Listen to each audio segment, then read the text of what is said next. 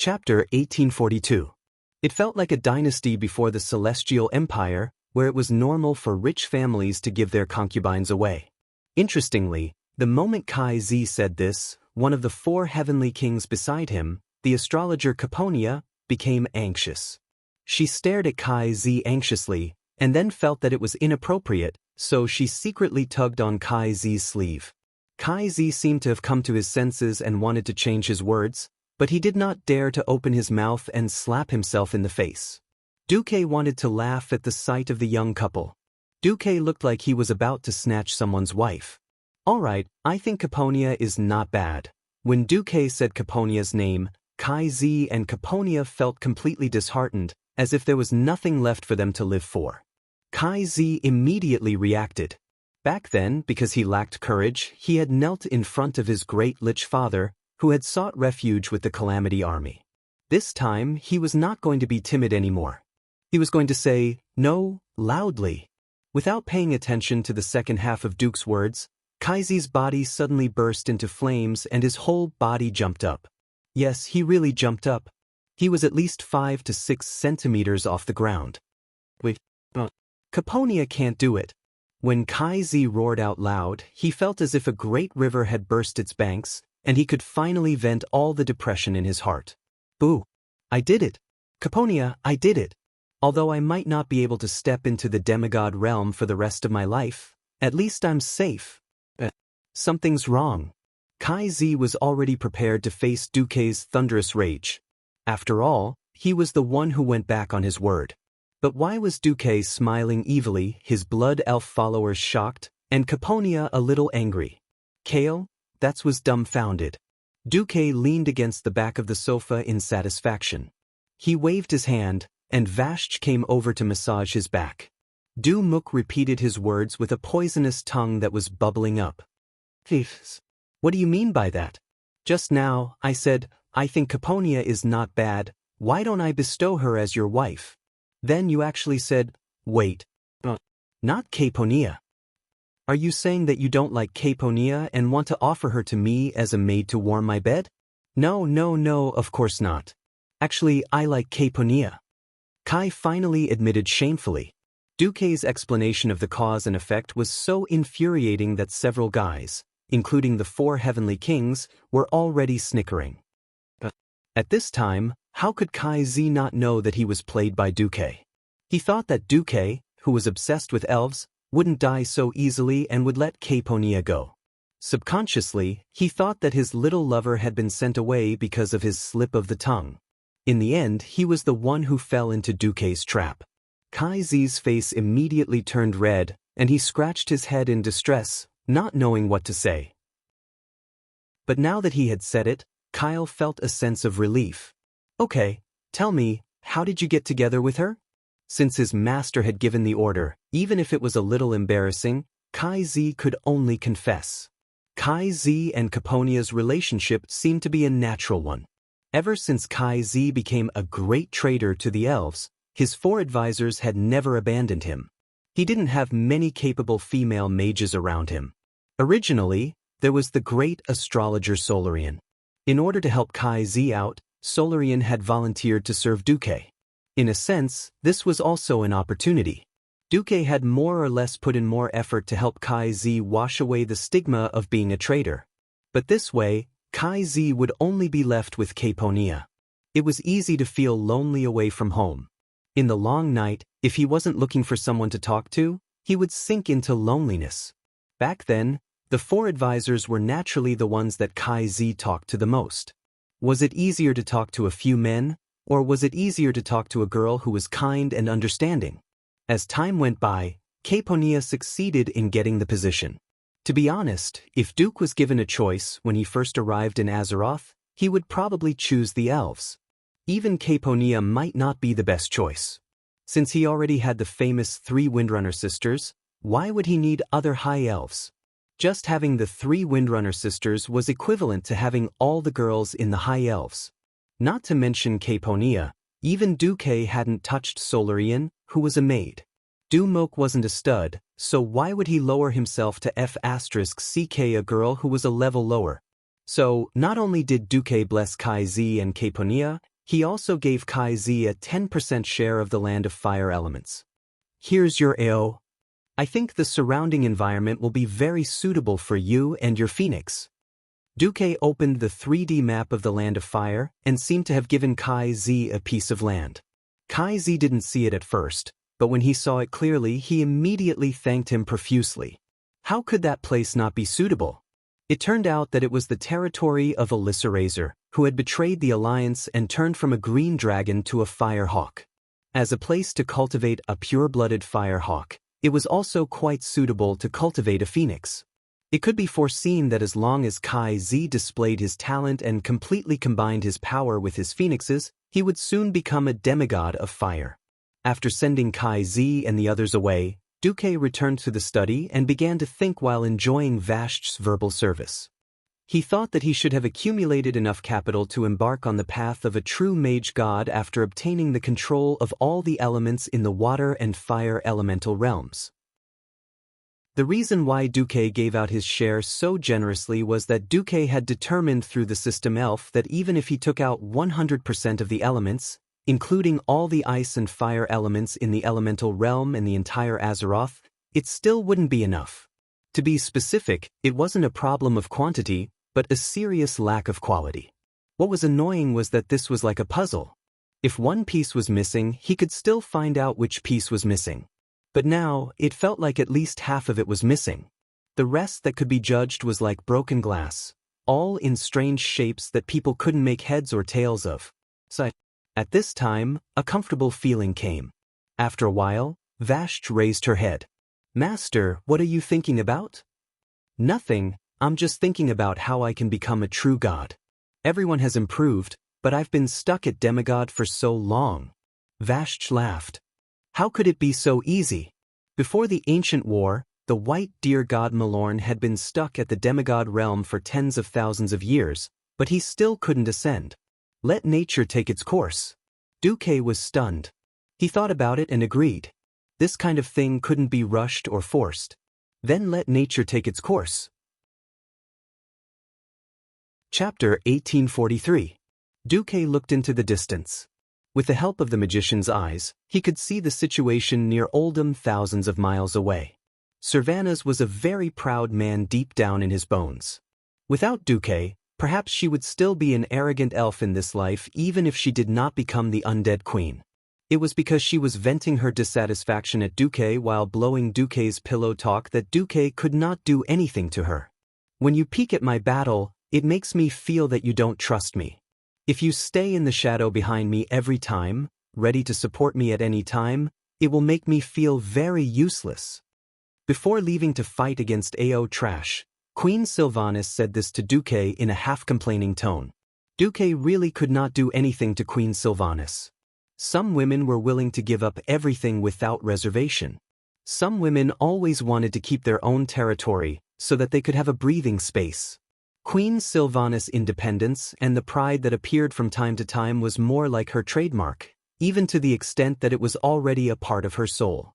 Sometimes she would bring trouble to Duque, and sometimes she would surprise Duque. This always made Duque love and hate. Duque did not dare to directly look into the wind god's throne. Unlike the great Screw Laga who only realized that the enemy was right in front of him, whether it was AO Trash or Queen Sylvanas, those who played with the wind element were extremely sensitive. As long as Duque dared to inject his arcane elements into the wind god's throne, the two big bosses would definitely find out immediately. It was fine if Al-Akir found out. Anyway, Duque did not intend to let this guy live, but Queen Sylvanas? If he did not handle it well, there would be turmoil in the harem. Speaking of which, Queen Sylvanas was pregnant with Duque's child. A pregnant mother could not be provoked. Duque could only bitterly use the most secretive method to set up a batch of passive sensing tactics for the wind element. There was no way. Duque did no magic of the 6 major elements, but among the 3 elements of nature, holy, and shadow, Duque was the weakest in nature. Not to mention that the nature element included wind, thunder, and other branches. In front of the real demigod of wind, he was just an amateur. Fortunately, Duque also had his own unique skills. He could roughly judge the current situation of the battle based on the flow and proportion of the wind elements. Oh, we've already passed the Wind Council? Duque was a little surprised. The Wind Council was one of the 4 heavenly kings under Al-Aikir. As the Lord of South Wind, Siamat, was imprisoned by the Nephesite, one of the 3 major tribes of Oldham, Al-Aikir's deputies eagerly wanted to fill the power vacuum that appeared in the Wind Council. The remaining 3 members of the council were Anshul, the Lord of West Wind, who could heal his allies or poison his enemies with wind; Loash, the Lord of East Wind, who could grind the grandest mountains into dust with his wind; and Nishil, the Lord of North Wind, who had lost more lives than the other 3 combined. Doesn't it sound like the 3 counselors are pretty awesome? In reality, that was all there was to it. After all, the equipment dropped by the Wind Council was not that great. When Duque was still a player, the so-called random enchantment that dropped equipment caused many of his team members to bleed profusely. What really deserved Duque's attention was the change in the proportion of the wind elements. Duque sensitively discovered that the proportion of elements in the wind elemental realm had changed. In addition to Queen Sylvanas, who had already interfered, there were 2 more share controllers. They had a very similar but different aura to Queen Sylvanas. Duque almost immediately recognized that it was the aura of Aurelia and Sasha. Duque's heart leaped with joy. Territories needed to be managed, and blindly plundering and squeezing was not advisable. Obtaining enough elements also meant paying the corresponding responsibility. Just like how Duque chose Vashj as the representative of the water elemental realm and made Kaizi a trusted aide of the fire elemental realm. In the end, Queen Sylvanas still chose her sisters as her deputies. Of course, this made Duque feel gratified. At the same time, it also meant that Aurelia and Sasha also had the ability to hurt Aikir. Feeling the intense and frenzied movement of the wind elements, Duque could totally imagine how fierce the battle in the wind god's throne was. In fact, it was just as Duque imagined. After beating up the 3 idiots of the Wind Council, Queen Sylvanas used a small trick to deceive Al-Aikir and did not immediately discover that the council was completely annihilated. This allowed Queen Sylvanas to recuperate and let her sisters come over to absorb the power and element share of the 2 wind lords. When the 3 sisters were done, Al-Aikir, who felt that something was wrong, appeared. His figure was similar to Ragnaros. The huge amount of elements in his body made him extremely huge. His height alone was more than 10 stories high. The length and volume of his lower body were immeasurable because his lower body was a few layers of tornadoes that rotated clockwise or counterclockwise. The decoration on his upper body was a little ridiculous. Al-Aikir had a purple bun that looked like a Hindustani. The purple bandage-like band covered almost his entire face. Only 2 flashing purple lights could be seen, which could be considered his eyes. The main parts of his body were covered with thick platinum armor. On the left and right shoulder plates, there were 2 flashing electric balls that emitted the power of violent thunder suspended in the air. Wrapped in purple silk ribbons with gold edges was a pair of pure wind elemental arms. Seeing Queen Sylvanas and her sisters, Al-Aikir raised his arms angrily. Greedy and shameless mortals, not only do you want to step into the divine realm, but you also covet my throne and my power? Queen Sylvanas responded with contempt. You dare to collude with Enzoth in order to obtain the rule of the entire Azeroth. Have you never thought that there would be a day when you would be counterattacked? I really admire your naivety. If the word naivety was used to describe a little girl, it would be a compliment. To describe a lord of elements who had lived for tens of thousands of years, it would be utter contempt. Queen Sylvanas easily provoked Al-Aikir's anger. The wind element was not a good-tempered fellow. Aikir was not as irascible as Lager, but he was not far behind. Al-Aikir would not be nice to a thief like Queen Sylvanas who wanted to seize the throne. Queen, let me help you. Gavinrad waved his wind sword and slashed at Al-Aikir.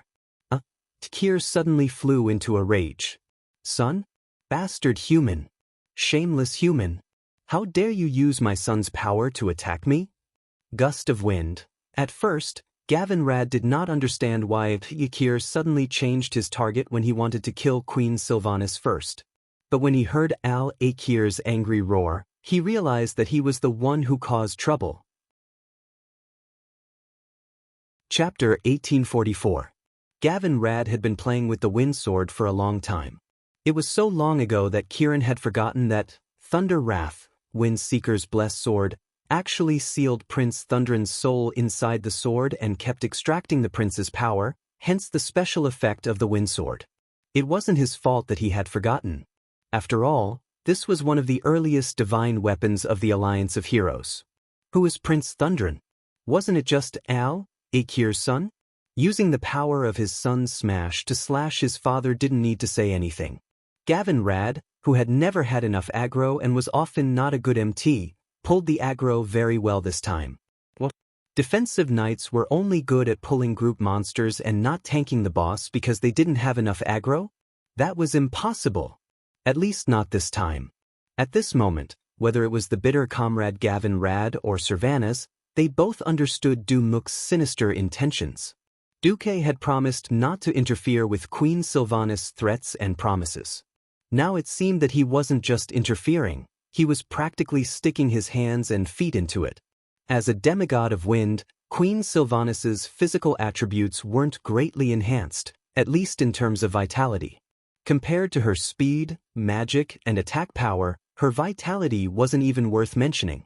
It could be said that if Queen Sylvanas was hit hard by Al-Akir, she might not die, but Duque's unborn child might be finished.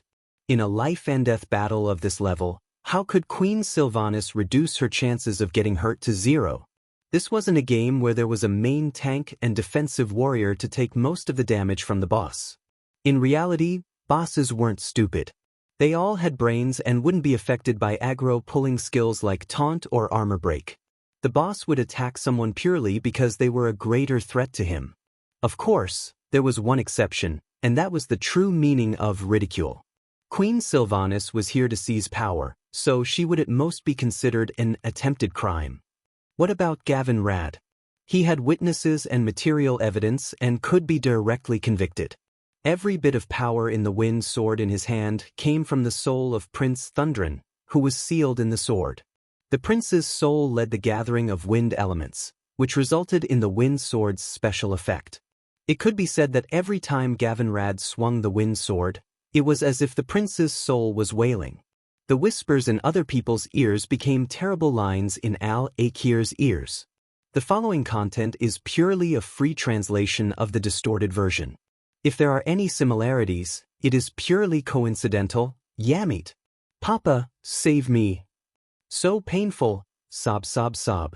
These voices sounded like they had been smashed by a grass mud horse 10,000 times, so Gavin Rad was completely enraged. A powerful move sent Gavin Rad flying into the sky. Well, it was like a home run, flying out in one go. Above his head was a boundless azure sky. Beneath his feet was a boundless blue ocean. Gavin Rad wasn't skydiving, he was skydiving. Gavin Rad had never been afraid of anyone. Even if the two commanders of the Burning Legion were here, he would still dare to fight back. The premise was to keep his feet firmly planted on the ground. Had this guy ever been sent flying into the air and then completely freefall? Wah! Gavin Rad was so scared that he almost sh*t himself. Help! I'm going to die. Not only that, Al-Akir's hatred was not appeased. His huge wind elemental hands pushed out continuously. Cut, cut, cut, cut. It was a continuous stream of lightning arrows that were like Gatling guns. Streaks of long lightning radiance really looked like the tracer bullets of a machine gun, drawing out dazzling arcs of light in the bright sky. This was the aura that Gavin Rad wouldn't stop until he was beaten to a pulp. Paladins were supposed to be a symbol of courage. Seeing this guy dancing and screaming, Queen Sylvanas was both amused and annoyed. She waved her hand, and the wind element that belonged to her instantly rolled out. Gavin Rad felt like he was riding on the clouds. He made a big circle and actually flew back to the platform of the wind god throne. With the support of the demigod of wind, Queen Sylvanas, Gavin Rad, who did not learn from his mistakes, shouted, "Let me tell you, this Thunder's Fury, blessed sword of the Wind Seeker, represents Prince Thundrin's blessing to me, Bulsh *T. Trash was enraged again. This time, it was the ice storm that was like a Category 12 hurricane. The violent tornado swept up thousands of white clouds and gathered in extreme chill. It crashed violently into Gavin Rad, the enemy who killed his son. F*CK%yen #at. Before Gavin Rad could finish cursing, he was sent flying again. Air was the medium for transmitting sound.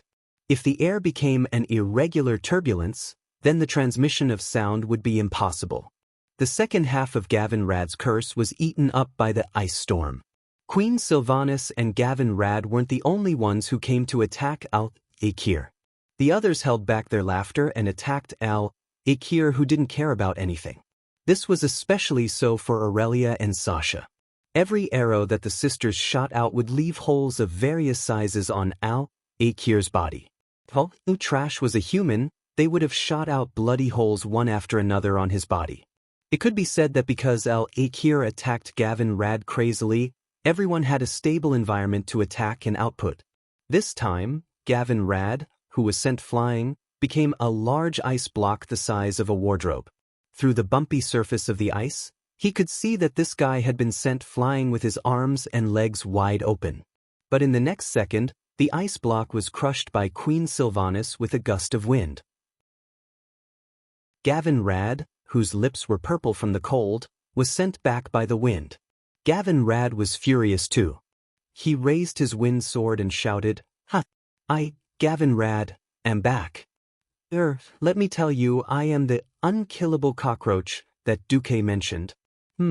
Although I don't know what a cockroach is." Before he could finish his words, he was sent flying again. No wind, no ice. This time, it was lightning. Aura, aura, aura, aura. The violent lightning strike was launched from Al-Trash's hands. Even though Gavin Rad had activated Holy Shield, the powerful natural elemental attack still broke through his Holy Light Shield. If it wasn't for Sally Whitemane's powerful healing spell, at the last moment, he might have already died. Even so, there was still an unknown object that looked like a burnt corn or a dark paladin flying through the sky. Queen Sylvanas, I'll call you Queen Sylvanas just like Duque. Can we make a deal? Don't send me back. Gavin Rad was about to cry. Sylvanas said seriously, "Winds return." A minute later, "No. I admit defeat. Please don't send me back. Wind return. I'm really going to die." A certain paladin was furious. Wind return. Chapter 1845. Anger was a double-edged sword. It could give people strength and explosive power, but it could also make people lose their rationality and judgment. Akir was not human, but he also had emotions, and that was enough. Gavin Rad was the poisonous bait that Duque had set up to feed to Al-Trash. Regardless of whether Al-Trash ate this poisonous bait, it would greatly distract him. Unless it was an existence without emotions, as long as it was an intelligent creature, it would be difficult for it to remain indifferent to the enemy who killed its children. Holy Knights were famous for being able to fight and take damage. Even though Gavin Rad seemed a little weak. As one of the remaining 5 Silver Saints, he had escaped the shackles of fate and escaped the fate of death from Arthas.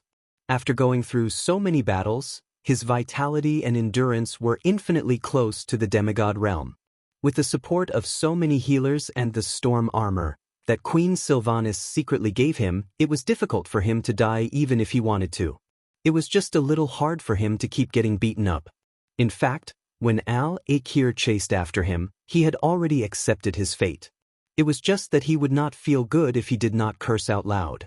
When Al-Akir woke up from his anger, it was already a little too late. The attackers led by the 3 Windrunner sisters and the Storm Warden Amarin took advantage of the time when he was beating Gavin Rad to quietly deplete 75% of his wind element. Elemental creatures did not have a specific pain system.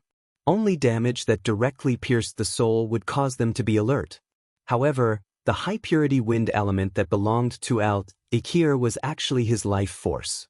With 3/4 of his life force gone, Al Akir finally woke up. You treacherous thieves! Wild wind, listen to my command, go with the wind. Little bugs. Following out Akir's domineering declaration, an unprecedented storm swept through the sky. It was a terrifying storm that could cut rocks into pieces and pulverize bricks into gravel. Not only was there frost, but there was also terrifying lightning that danced like snakes. Amarin created a tornado that was independent of Akir's power to protect everyone. The people were saved, but the platform that carried the Wind Council's Wind Lords suddenly collapsed. Bah! Many Alliance heroes screamed, especially heroines. It was easy to feel weak if one's feet were not firmly planted on the ground. The sudden feeling of weightlessness was torturous. For example, Sally was the one who shouted the loudest. From the Molten Core until now, Sally was an old member of the Alliance's hero squad. From a little girl to a slender and elegant young lady, Sally could be said to be a veteran. Unfortunately, some things just couldn't get used to, so she was the one who screamed the loudest. Miss Sally, please stop screaming. Hajaron Mingyee couldn't take it anymore. In theory, Her Majesty the Windrunner Queen will save us soon. Of course, I have the slow fall spell. Why, is Miss Whitemane going to become a mage? Millhouse made a suggestion that was out of place. In fact, in the next second, Queen Sylvanas shouted. The eye of the storm, the stones that were supposed to fall rapidly due to gravity began to spin strangely in the air, trembling. Some of the tiny gravel even flew higher into the sky in defiance of gravity. Every mortal who was falling suddenly felt that there was something under their feet. With just a thought, the wind around their bodies all listened to their commands, moving them up, down, left, right, back and forth. Everyone, including Storm Watcher Amarin, realized that they could actually fly, and their speed was 300% of their normal movement speed. This is the eye of the storm? Amarin was a little shocked. Ha! I can fly. Riadeline was very happy. That's amazing. Solon and Leander were in awe. If not for the fact that they were facing a strong enemy, everyone would definitely enjoy the feeling of flying freely. Gavinrad, where are you going? I suddenly remembered that I have something urgent to do. A certain paladin said with a sobbing voice. Queen Sylvanas smirked, and with a wave of her hand, she grabbed Mr. Gavinrad, who was trying to slip away and fly as far as he could. In fact, Queen Sylvanas' actions were a little redundant. Aulacre, who had woken up, was already suppressing his own unhappiness. He ignored the little bug Gavinrad and focused on dealing with her. Only Queen Sylvanas could shake the source of his power. Lightning, lightning wand, lightning cloud, static shock. Aulacre used a series of lightning attacks from the wind elemental branch to beat the hero team into a sorry state. The attack speed of lightning was faster than the wind, and it was also harder to defend against. In order to avoid injury, Queen Sylvanas had to focus more and summon lightning to intercept Aulacre's lightning. Unknowingly, it had become a battle of attrition. As an attacker fighting in the enemy's formation, this was quite disadvantageous to Queen Sylvanas. After all, in the Wind God's throne, there were more wind elementals that listened to Aulacre's orders. If this continued, Queen Sylvanas would not be able to outlast Aulacre. At this time, Aurelia and Sasha stepped forward. It had to be said that the female elf's thinking was a little strange. Before they had children, they always wanted to have a child. Therefore, the two sisters were not willing to risk their lives until the last moment. But after giving birth, the two sisters were even fiercer than the fiercest Queen Sylvanas. At this moment, they completely let go of their souls and forcefully plundered the share of the wind elemental here. They did not even let go of Queen Sylvanas' share. If it were someone else, Queen Sylvanas might have turned hostile. Sisters were sisters, and there was nothing that they could not share. Seeing that she could not attack, Queen Sylvanas decisively gave up most of her wind elemental and transferred it to her sisters. In an instant, the situation of the battle changed. It felt as if there were 4 demigods surrounding and attacking Aulacre. It suddenly became Queen Sylvanas defending, while Aurelia, Sasha, and Amalron were attacking. This kind of chaotic attack made Aulacre at a loss. He was furious. He kept summoning wind, rain, thunder, and lightning to attack his enemies in various forms. But he was the best example of two fists being unable to fight against four hands. The wind elemental that had gathered on his body was rapidly being sliced off inch by inch. It was a high-speed nibbling that could be seen with the naked eye. When the two dazzling balls of lightning on his shoulder armor became dim, the great lord of the wind elemental world, Aulakar, was dead. Feeling the elemental authority surging toward her from all directions in the wind elemental world, Queen Sylvanas was overflowing with dominance and waved her hand. Everyone realized that many black spots were rising under their feet. Countless stone fragments that had fallen not long ago were rising against gravity. Thousands of stones gathered together, forming a huge floating island with a diameter of nearly 1 kilometer. Queen Sylvanas stood in the center of the floating island and announced loudly, "I announce. I, Sylvanas Windrunner, am the new lord of the wind elemental world." Chapter 1846. The voice of the elemental world attached to Azeroth could only be heard by the elemental world and elemental creatures in the same situation. For example, the various large and small elemental creatures in the land of fire and tidal throne that had been subdued. From Vashj and Kale, that's who stood at the top of the elemental world, to the second brothers like Majordomo and Caratheras, to the pitiful Smoldron and Neptulin who could have been big bosses but were now just third brothers, and to the elemental creatures of various levels. Those who were truly ambitious had all kinds of thoughts. Neptulin and Smoldron, who originally had some thoughts, immediately gave up on the rebellious thoughts. The situation was very clear now. Duke Marcus was aiming for the position of the Lord of the Four Elements. The fire, water, and wind realms were all under Duke's control. Then, needless to say, it was the Earth elemental world's turn. Not long ago, when Neptulin saw the fire and wind realms enter Azeroth first, he was prepared to wait and see. Now, it seemed like he was simply sending himself to his death. In addition, the powerhouses closely related to the elements could also receive the news. The guardians of Mount Hyjal and the Ring of the Earth, which were dedicated to quelling the anger of the elements, were all dumbfounded. Especially the Ring of the Earth. Originally, Hamuir and the others were still holding meetings day and night to discuss how to coax the various elemental masters so that they would not come out to cause trouble and return to their respective elemental worlds. Great, now they're all fucking traitors jumping over loyal officials. As long as the three elemental world masters gave an order, it would immediately turn into the three elemental worlds ganging up on the Earth elemental world. The druids in the Ring of the Earth suddenly felt as if they had learned the way of nature for nothing. They were learning harmony and communication. On the other side, Duke was taking the way of the king. He directly used his fists to get rid of the troublemakers and subdue the troublemakers. When he became the boss, all the turmoil would be quelled. To put it more exaggeratedly, if Duke wanted to play a specific game, he could give a strict order. Other than the local neutral elemental creatures in Azeroth, the shamans would not be able to use any water, fire, or wind elements. There were no shamans in the alliance. When the news spread that Queen Sindorii conquered the wind god throne and became the queen of the wind elemental world, the whole kingdom of Sindorii rejoiced. Almost all the elves ran to the streets to celebrate, singing and dancing. It didn't matter if Queen Sylvanas was Duke's wife or not. In any case, not only did Queen Sylvanas become a semigod, she had also become the queen of an entire world. Even the mage faction in the country had begun to discuss whether or not they should develop wind magic on a large scale.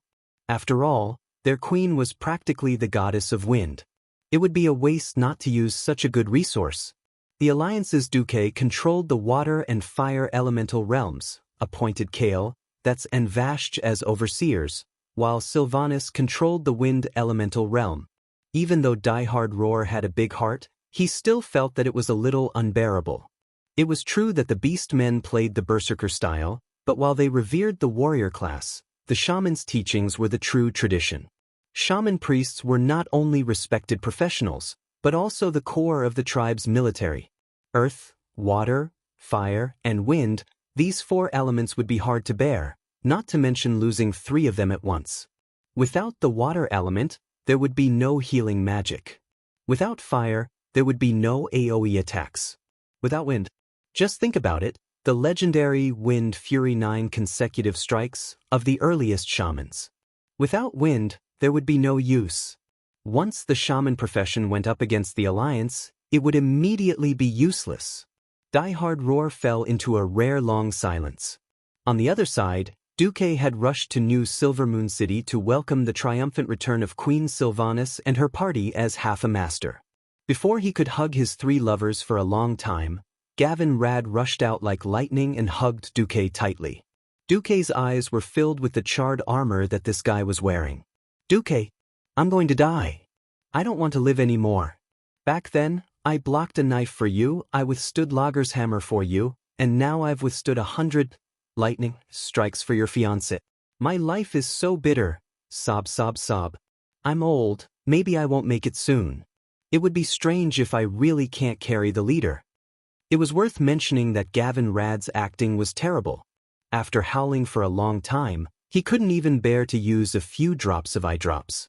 It was just a few lines over and over again.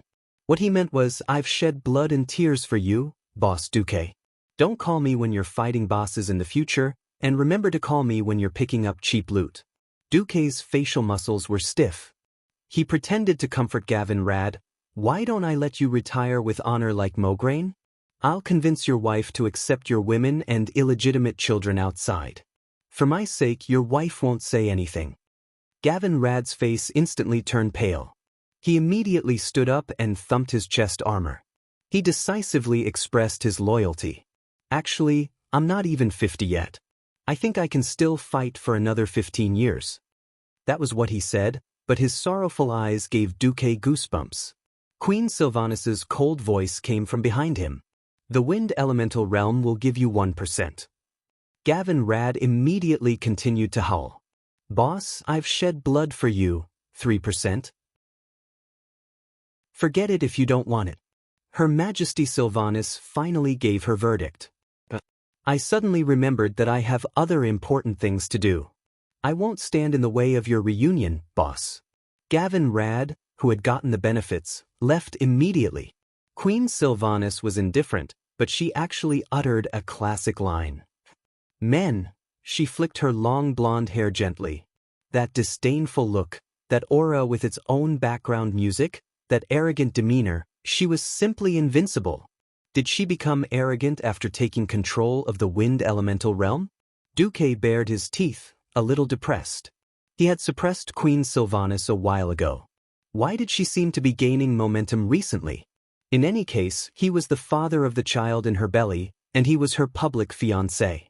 It wasn't too much to give her a public hug, right? Faced with Duque, who opened his arms, Queen Sylvanas still hugged him.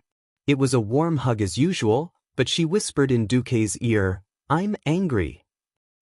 You put Gavin Rad in my team because you don't believe in my ability. Well, I really, forget it. Since you're going to be a father, you're so worried about us. I'll let you pass this time. After that, Queen Sylvanas secretly breathed in Duque's ear. Tonight, from behind, wow, that's a lot of information. You already know it's a daughter? Why is it a daughter again? By the way, are all demigods so awesome? You already know now? And from behind, Duque snickered. Chapter 1847. As the saying goes, a daughter is a father's lover in his previous life. A good daughter is very considerate. She might even say, I don't want to get married, I want to stay with my father forever. It's sweet to think about it. Son. Damn you. You'll know what differential treatment is when you have a son. If you accidentally press on a woman's hair, she'll yell at you. When that fat boy is born, he'll snatch away your special dumpling. His mother won't say anything even if he pulls and bites you. If you talk louder and disturb the son, you'll be sentenced to death. No matter how much trouble the son makes, he'll be acquitted. He'll say, if you run away, there'll be a man in the future. According to Queen Sylvanas's character, she'll cut you with a knife the next moment. It's definitely a good thing that she's pregnant. In the future, she'll inherit her mother's beauty, just like Aurelia and Sasha's daughter. Just like Annihilus and Atlanta, they'll definitely be as beautiful as their mother when they grow up. In theory, they have different surnames. But are they the new Windrunner sisters? That night, Duque was a little annoyed. In the past, when he caught Queen Sylvanas, he'd occasionally say, "If you're so awesome, why don't you go to heaven?" Well, this time, Queen Sylvanas was ready. She even had an oars pose. Just as Duque was about to swing his sword and mount her, she really flew. She stuck to the ceiling of the bedroom and refused to come down. "What do you mean by flying above my head?" Duque was angry. "I'm scared." The fearless Queen Sylvanas actually had this kind of moment. This time, it was Duque's turn to be annoyed. If Aurelia and Sasha hadn't become traitors and flown up to the bedroom to catch Queen Sylvanas, he didn't know what would have happened. After half a night, the three Windrunner sisters were finally dealt with. Facing Queen Sylvanas, who was pretending to be a corpse, Duque punched her but hard. "I shouldn't have spoiled you so much and let you be the demigod of wind. Now you're making trouble for me." Queen Sylvanas couldn't keep up the act and turned around. "Then what do you want? Take back my demigod status?" "No, I'm just asking, when will your pursuit of power end?" Duque's question made Sylvanas stare blankly for a moment, and then, a little discouraged, I actually didn't think about it. All right, I admit that I'm just unsatisfied. I can do whatever you think you can do. I just want to prove to the world that I, Sylvanas Windrunner, can still be strong and live a wonderful life without you, Duque." Without beating around the bush, Queen Sylvanas spoke her mind. At this time, Aurelia got up and touched her sister's nose. Even if you don't want to admit defeat, you should at least have a plan. You went to fight El Akir while you were pregnant, and you still dare to complain that Duque stuffed Gavin Rad in as insurance. The Windrunner family doesn't have such an ungrateful woman. Queen Sylvie knew that she had gone overboard after being scolded by her elder sister. She lowered her head and said, "I'm sorry, elder sister. Sorry." Now that Queen Sylvanas had admitted defeat, Duque wasn't interested in scolding her anymore. "Right, Duque, what about you? How far do you want to pursue power?" Sasha came out of the blanket and asked with her head in her hand. "If I can defeat the Burning Legion with my current strength, it doesn't matter if I don't strengthen myself. I don't actually pursue power. I just want to protect the people and things that I cherish. That's why I'm working so hard." Duque was telling the truth. Dooku started to tell the three sisters about his journey in life. At first, he just didn't want to be turned into a ghoul. Because he was afraid, he cherished it. In order to protect everything he had, he worked hard. The more he had, the more he couldn't bear to part with it. Unknowingly, he did more and better. It sounded a little ridiculous, but it was actually very simple. This kind of thinking and practice that extended from the small self to the big self, and even the whole world, was much easier to accept than those exaggerated big principles and big hero ideas. As time passed, the three sisters were stunned to find that their man had become an existence that the mortals in the entire world of Azeroth had to look up to. "All right, I promise you, Duque, and I promise elder sister and third sister. After I destroy Nethereo this time, I'll give birth to the child and be a good queen of Sin Dorii. I'll no longer pursue the power that might lead to my destruction. In fact, I don't see any chance of advancement." Perhaps the last sentence was the key to Queen Sylvanas' words. So what? This time, although the Alliance showed great power and suppressed 3 elemental realms in one go. This time, although the Alliance showed great power and pacified 3 elemental realms in one go, the 3 elemental realms weren't as powerful as before. In fact, the price paid by the Alliance was not small at all. At a high level, controlling the 3 major elemental realms was a huge gain. Duque expanded the weave and announced that even the mana consumption of frost elementals would be reduced by half permanently, which won the unanimous cheers and praise of the Pharaoh. For the middle and lower levels of the Alliance, the consumption was not small at all. The aftermath of the cataclysm had not subsided at all. That's right, the withdrawal of the rioting water, fire, and wind elemental creatures only prevented the disaster from further expanding. However, the damage caused by the previous earthquake had not been pacified.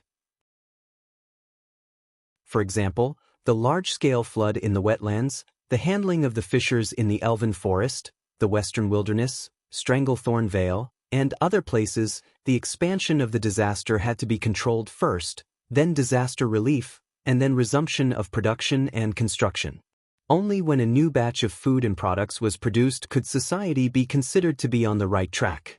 Before that, to put it bluntly, they could only rely on the existing resources to survive.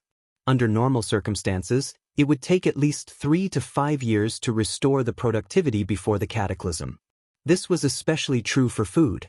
No matter how much food was stored before, without new rice and wheat harvests, the people would still be muttering in their hearts. However, no one could compare to Duque, who had a wild imagination. There were now many new members in the factory of Iron Stove Castle. A dwarven blacksmith said in the common language, "We need to quench this thing. We need to maintain that temperature for about 5 minutes. Before this piece of steel deforms and cracks, we need to cool it quickly in water, which is water quenching." Do you understand what I mean? A fire demon next to him understood and turned to a fire elemental with an inverted triangular body behind him. Then the fire elemental got to work. When the steel was heated and kept warm for a time, Naga, who was standing next to him, waved her hand. A water elemental came over and directly wrapped the piece of steel with its body. *Z, *cooldown complete. Chapter 1848. At first, not just elemental creatures, even the dwarves couldn't adapt. This completely subverted their common sense of technology. Blast furnace? Boiler? No need. Water source? Cooling water? No need either. After mastering water, fire, and wind, the first invention Duque made was a brand new elemental industrial system. The furnace castle itself was a volcanic crater. The fire elementals used up the fire elementals, just went into the lava and came back. The water elementals weren't afraid either. Outside of the furnace castle was a snowy mountain. The fire demons and Naga that Duque controlled became the most important bridge between mortals and elemental creatures. Wind elementals, also known as air elementals, also played an important role in the Alliance's industrial system. In the largest wind tunnel laboratory in the furnace castle, in the past, they relied on diesel engines to pull the propellers to provide the wind needed for experiments. Now, it was the air elementals that blew the wind. The experimenters could get as much wind as they wanted with just a word. The wind speed could be adjusted at will, even at different angles. In time, the Alliance's third-generation flying battleship would probably come out. It would be a hybrid flying battleship with a combination of traditional diesel propellers and wind elementals. Not only did it ensure safety, but it also took into account the new technology. The key was that it consumed less energy and had a better endurance. Not just industrial, but in agriculture, the addition of elemental creatures quickly subverted the image of elemental creatures in the eyes of civilians. The Alliance's propaganda was like this. In the past, the cruel elemental kings Ragnaros and Al-Akir controlled them to wreak havoc on the continent. Now that Duque became the king of water and fire elementals, the situation was reversed. In Loch Moden and the wetlands, this was originally the dwarves' largest food production base. Because of the collapse of the Boulder Dam, a large area of the wetlands was submerged, and Loch Moden began to lack water. Under normal circumstances, this year's food production in Loch Moden would be finished. But with water elementals, things were different. High-level water elemental elites were mobile medium-sized reservoirs. The dwarves commanded the Naga, and the Naga commanded the water elementals.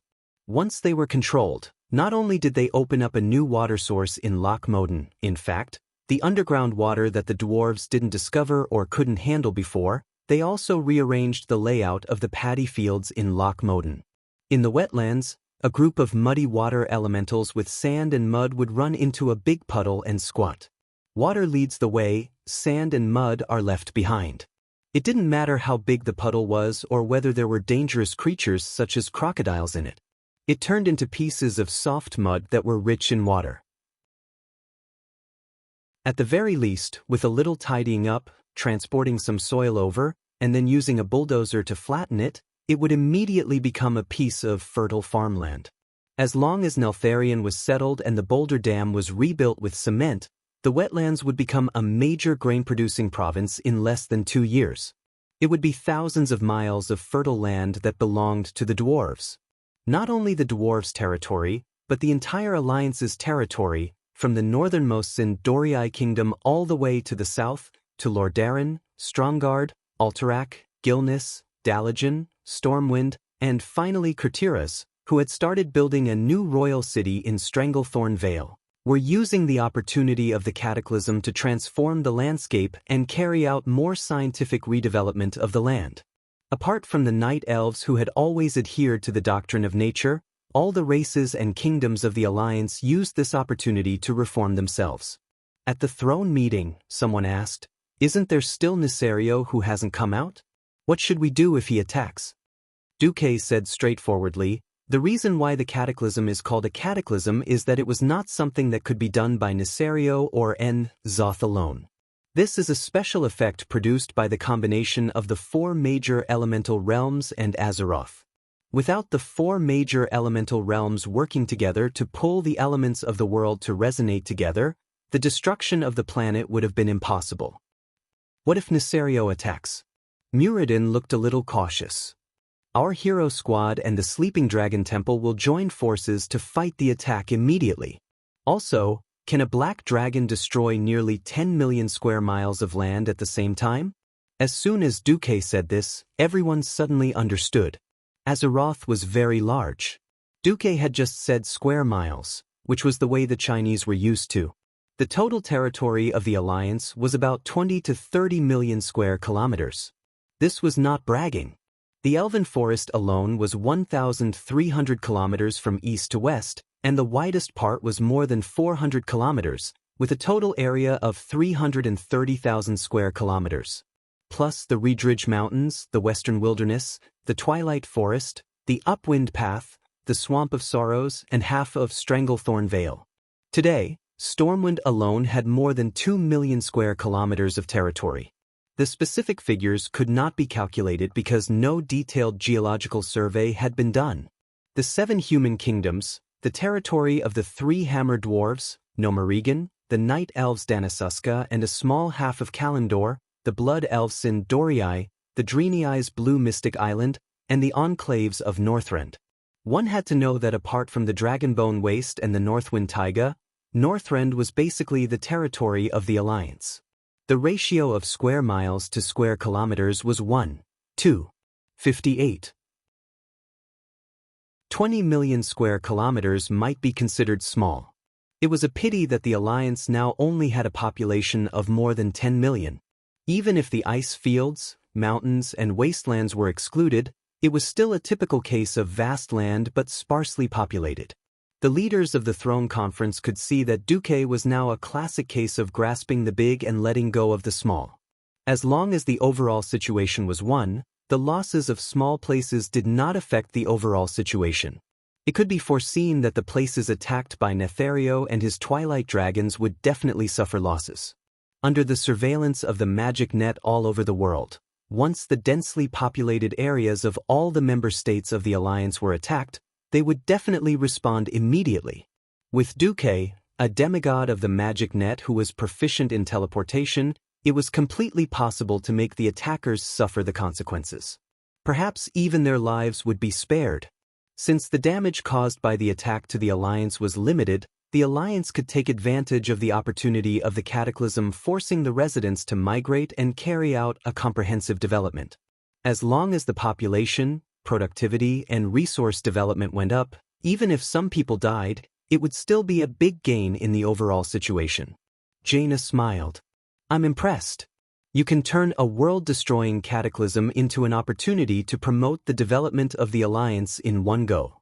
Is this the so-called elemental economy?"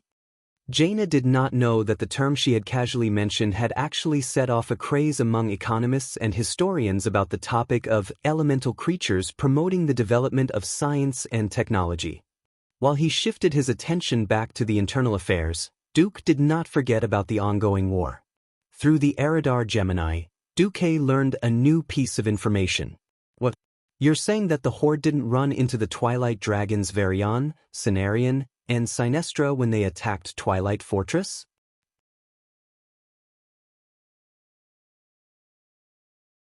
Chapter 1849. Recently, Gemini had been sent to the Horde by Duque. Duque subconsciously believed that the rest of the Twilight Hammer was already in Zatha's territory. If they were to enter a real cult with an evil god as a backdrop, Gemini would be defeated in no time. Duke didn't want Gemini to be secretly brainwashed or implanted with something unclean in her mind, only to end up harming himself. Therefore, Duque believed that this wasn't something Gemini should be involved in. Instead, the Horde was more suitable for Gemini. Gemini was indeed very successful. However, Brainless Roar didn't kill Variana, Serenaron, or Sinestra before taking over the Twilight Fortress. This news made Duque feel as disgusted as swallowing a fly. If Sinestra was there, even if the Horde could take over the Twilight Fortress, they would have to bleed to the last drop and use up all their strength. Unfortunately, Oni's mother wasn't there, which made Brainless Roar famous. That's right, Brainless Roar killed hundreds of thousands of Horde people and forced the other 4 races to leave. However, because he took over the Twilight Fortress and cut off the 2 heads of the traitor Gujar, he was still a great hero among the young orcs. So it's not time yet? Although Duque had messed with the goddess of fate countless times and was about to complete the great achievement of taming fate, Fate would occasionally throw a tantrum at Duque, which made Duque feel like he couldn't completely understand it. Duque kept causing trouble, and Fate's hand kept trying to fix the flow of fate. It felt like if he didn't intervene when the other party was about to die or when there was a big change in fate, it would be difficult to ruin the path of fate. Just like how Duque tried to kill Thrall when he was still a baby, but he didn't succeed. Master, do you want us to take advantage of the chaos in the Horde to control that Grim Totem and have her assassinate Thrall? Queen Saloras suggested with a charming smile. The air suddenly froze. A terrifying pressure, as if the entire world was pressing down on them, instantly froze Gemini's body. This wasn't a simple soul suppression, nor was it the purest double purgatory of ice and fire elements. Instead, it was the feeling that every magic circuit in his body was completely controlled by Duque, and every organ in his body was under his control. Salolas found that there was a strange change in her vision. The vision of her left and right eyes was not connected. She immediately understood that her eyeballs were being forced to look with her left eye and to look with her right eye. She noticed that her sister, Auras, was also in the same state. Duque was using such a terrifying and strange method to tell her that the Gemini twins were only his slaves. My puppet. Do whatever I tell you to do, but don't touch anything that you shouldn't do. We were wrong. Master, please spare my life. In the mouth that was still allowed to control itself, Gemini's lips spat out the same weak words. When she regained control of her body, Gemini was completely drenched, as if she had been fished out of the water. After telling Gemini to get out of here, Duque fell into deep thought. At this time, Duque received a soul message from his mount. Duque sent a telepathic message over. Onyxia, I have something for you to do.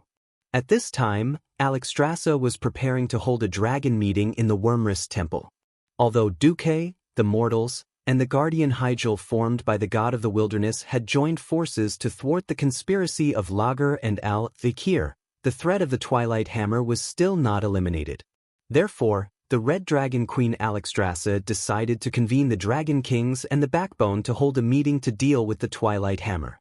Before the meeting, Alexstrasza and Krasus communicated in the Ruby Temple at the bottom of the Wormrest Temple, but the meeting ended on bad terms. The Queen said, "The mortals have done too much to protect this world. After all, this cataclysm was caused by the traitor Nisario and Enzoth. We, the Wormrest Temple, cannot remain silent. I want to gather all the dragons and attack the believers of the Twilight Hammer on a global scale." Krasus was stunned. All the dragons, including the black dragons and blue dragons? Of course, they are also an important part of the Wormrest Temple. I think the blue dragons have not recovered from the loss of Maligos, so we should not send them out so hastily. Moreover, among the black dragons, Onyxia is the only black dragon who is willing to obey the orders of the Wormrest Temple. We should get rid of them. Could it be that the bronze dragons and green dragons also have their own missions? In the end, just like the previous times, only the Red Dragon Legion will charge and break through the enemy lines? Cleostras, you are too selfless. Nesario is the common enemy of the 5 color dragons. I have decided to hold a meeting of the dragons as soon as possible. I will squeeze enough combat power from the various dragon kings. If this is the case, Your Majesty, please allow me to refuse to participate in the meeting. I don't think this is appropriate, and Duque has not sent us an application for joint operations. This means that he thinks that the alliance alone, with the power of the god of the wilderness at most, is enough to deal with the current situation. When it came to Duque, Alexstrasza was convinced, but she was also a little emotional. Pay attention. It is us 5 color dragons, not mortals, who have been entrusted with the duty of guarding this planet by the Titans. It is an unexpected surprise for mortals and native creatures to contribute to the protection of this world, not an obligation. The only ones who have the obligation to protect are us dragons and the various guardians. Proudly raising her chin, the queen ordered, Cleostras, you don't have to go to the dragon meeting. You stay and protect the red dragon egg in the sanctum. Yes, Your Majesty. Krasis lowered his dragon head. Alexstrasza spread her huge dragon wings that seemed to be able to cover a small town, spread them high, and disappeared from Krasis' sight in a few moments. She went to the top of the Wormrest Temple that towered into the clouds. It was not a simple flight. The Wormrest Temple had various layers of subspace defense. In fact, she had just passed through several spaces. Krasis curled up his body and did not even enter a state of pretend sleep. He could not help but think of Duque's report. As an old ally of the Wormrest Temple, Duque had always been very outstanding. This time, it was also him who reported the matter of the Twilight Dragon in advance. The Twilight Dragon. This was a dragon egg that could contaminate a normal 5-color dragon and then promote the transformation, so that a dragon that should have become a 5-color dragon could mutate into a Twilight Dragon. This news made the Wormrest Temple highly vigilant, so there was the initiative of Krasis, the big boss of the Red Dragon clan, to personally guard the dragon egg.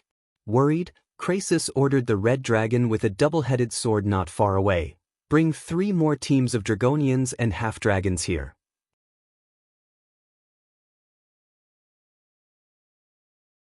Chapter 1850. The Dragonborn answered on the spot, yes. Very soon, the Red Jade Holy Temple became a place where there was a sentry every few steps. Krasis himself, 150 Dragonborn, and 200 half-Dragonborn were in charge. Even if they were attacked by thousands of Twilight disciples, he was confident that they could hold out until Alexstrasza returned. However, his confidence soon disappeared with the sound of the siren. Woo woo woo. It was the Titan's horn. That was the highest level siren. It meant that the invading enemy was strong enough to destroy the Dragon Sleep Sanctum. Krasis pointed with his right claw and immediately saw black spots like sesame seeds in the far north of the magic mirror's field of vision. Soon, the black spots rapidly grew larger. Not only their shape, but even their color could be seen clearly. The purple scales with a tinge of pink in them made Krasis's dragon eyes narrow abruptly. Twilight dragons. Not just 3 or 2, but thousands of them. Krasis' rich experience in aerial combat told him that almost every Twilight dragon here was equivalent to an adult chromatic dragon. If these Twilight dragons were only a threat to the Dragon Slumber Shrine, then the larger dragons leading them were the real killing machines. First of all, it occupied the center of the entire line of sight. No matter how you looked at it, it would always be the focus. That was Nesario, the Wing of Death. He had an abnormally huge body, with a wingspan of at least 300 meters. His small mountain-level body that swelled up like a balloon was now covered in a layer of terrifying acid as if water had been poured over it. The acid seemed to be controlled by some secret method as it lingered on his huge body. This was not to defend against the enemy's attacks, but to dissolve the dragon limbs that were constantly growing out of his body. Krasis saw with his own eyes in the magic mirror that a dragon's claw that was not inferior to his own suddenly grew out of a hole in Neserio's chest. Then, it twitched violently in the corrosive acid, becoming thinner, and finally, completely dissolved. Netherio alone was enough to give the dragon sleep sanctum a headache. Krasis also saw Xianxia, an ancient female black dragon who used to be extremely powerful. Obviously, she was already dead and had become a death dragon that even the chromatic dragons hated. How ironic. He clearly hated Neserio to death, but after he died and resurrected Neserio, he immediately followed Neserio obediently. Apart from these two familiar dragons, there were other commander-level dragons, Variona and Serenarian. Krasis felt that he wouldn't be able to win against either of them. Only a true dragon aspect would be able to suppress them. The top-notch evil dragon Neserio, the second-level Xianxia, plus 2 twilight dragons and thousands of twilight dragons. This lineup was definitely luxurious. Roar! In the upper levels of the Sleeping Dragon Temple, the Red Dragon Queen Alexstrasza's huge dragon shadow rose first, followed by the Emerald Dragon King Izura, the Bronze Dragon King Nozdormu, and the new Magic King Kalegos. Following closely behind them were thousands of 4-colored giant dragons. Compared to the relatively simple purple light on the other side, the Dragon Slumber Shrine's light was much more colorful. Alexstrasza had originally asked Xianxia to recruit dark dragons as subordinates. However, after 10,000 years of depravity, most of the adult dark dragons had become dragon villains. They were very disgusted with Xianxia, the so-called princess who brought shame to the black dragons and ran off to be the demigod Duke's mount. There was no dark dragon bird at all. Xianxia wasn't keen on power or taking in subordinates. The strongest subordinates were a bunch of unpresentable young dragons, and then there were fledglings, dark dragons, and draconians. So in theory, there were only 4 of the 5-colored dragons left, and the main force of the army was here today. It was certain that Neserio had led the Twilight Dragon army with the mentality of fighting a decisive battle. What surprised Krasis was that the new Earth aspect dragon Xianxia, who was also present at the meeting today, didn't fight. He didn't know if it was because of the rumor that she was afraid of her parents. Krasis wanted to fight with the queen he admired, but he was more aware of his responsibility. He was guarding the future of the Red Dragon army. Just as Krasis was secretly raising his guard, there was suddenly a shrill scream around him.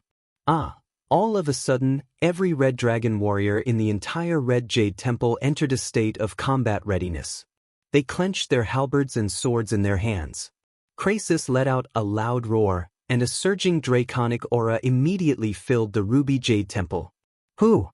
Come out!" As he roared, he turned his head and ordered a draconian, "Quickly inform His Majesty to send more reinforcements here." He was very smart. He knew that the other party had chosen to attack head-on even though they knew he was here. This meant that the other party had absolute confidence in attacking, and not relying on cannon fodder to destroy the dragon eggs here. Krasis didn't know that fate had already taken a major turn. He had no idea how the other party had passed through the realm net of temple guards all over the Dragonbone Waste. The next second, a large number of Twilight Hammer believers poured in. Some attacked the Draconians, while others began to cast evil magic on the dragon eggs scattered throughout the sanctuary. Krasis, of course, immediately attacked these invaders, but he couldn't use breath or magic, because spells with a wide attack range would destroy the dragon eggs. He could only use the most basic physical methods such as grabbing. He wasn't too worried about the situation in front of him, because in terms of combat power, the Red Dragon Guards had the absolute advantage. And as several adult red dragons that were patrolling nearby received the news and rushed over, the battle suddenly became one-sided. "It's safe." Just as Krasis had this thought, an adult red dragon in front of him was instantly torn apart. Scarlet blood spurted out of the dragon's head. Like a dying earthworm, it tumbled violently on the floor of the sanctuary before it hung down and stopped moving. Krasis was shocked. He could clearly feel the powerful aura of the giant dragon outside the gate of the sanctuary. That was a terrifying aura that far surpassed that of the ancient dragon. Those who could have such power were all of the strongest in the dragon race.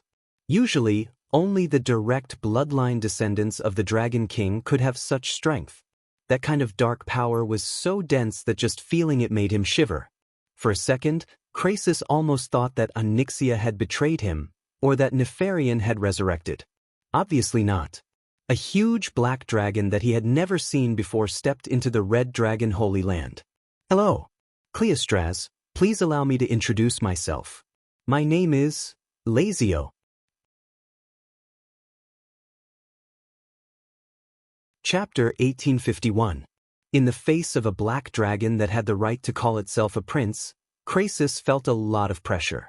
At that moment, he did not notice that a chaotic historical event that should not have happened was happening, or rather, had already happened.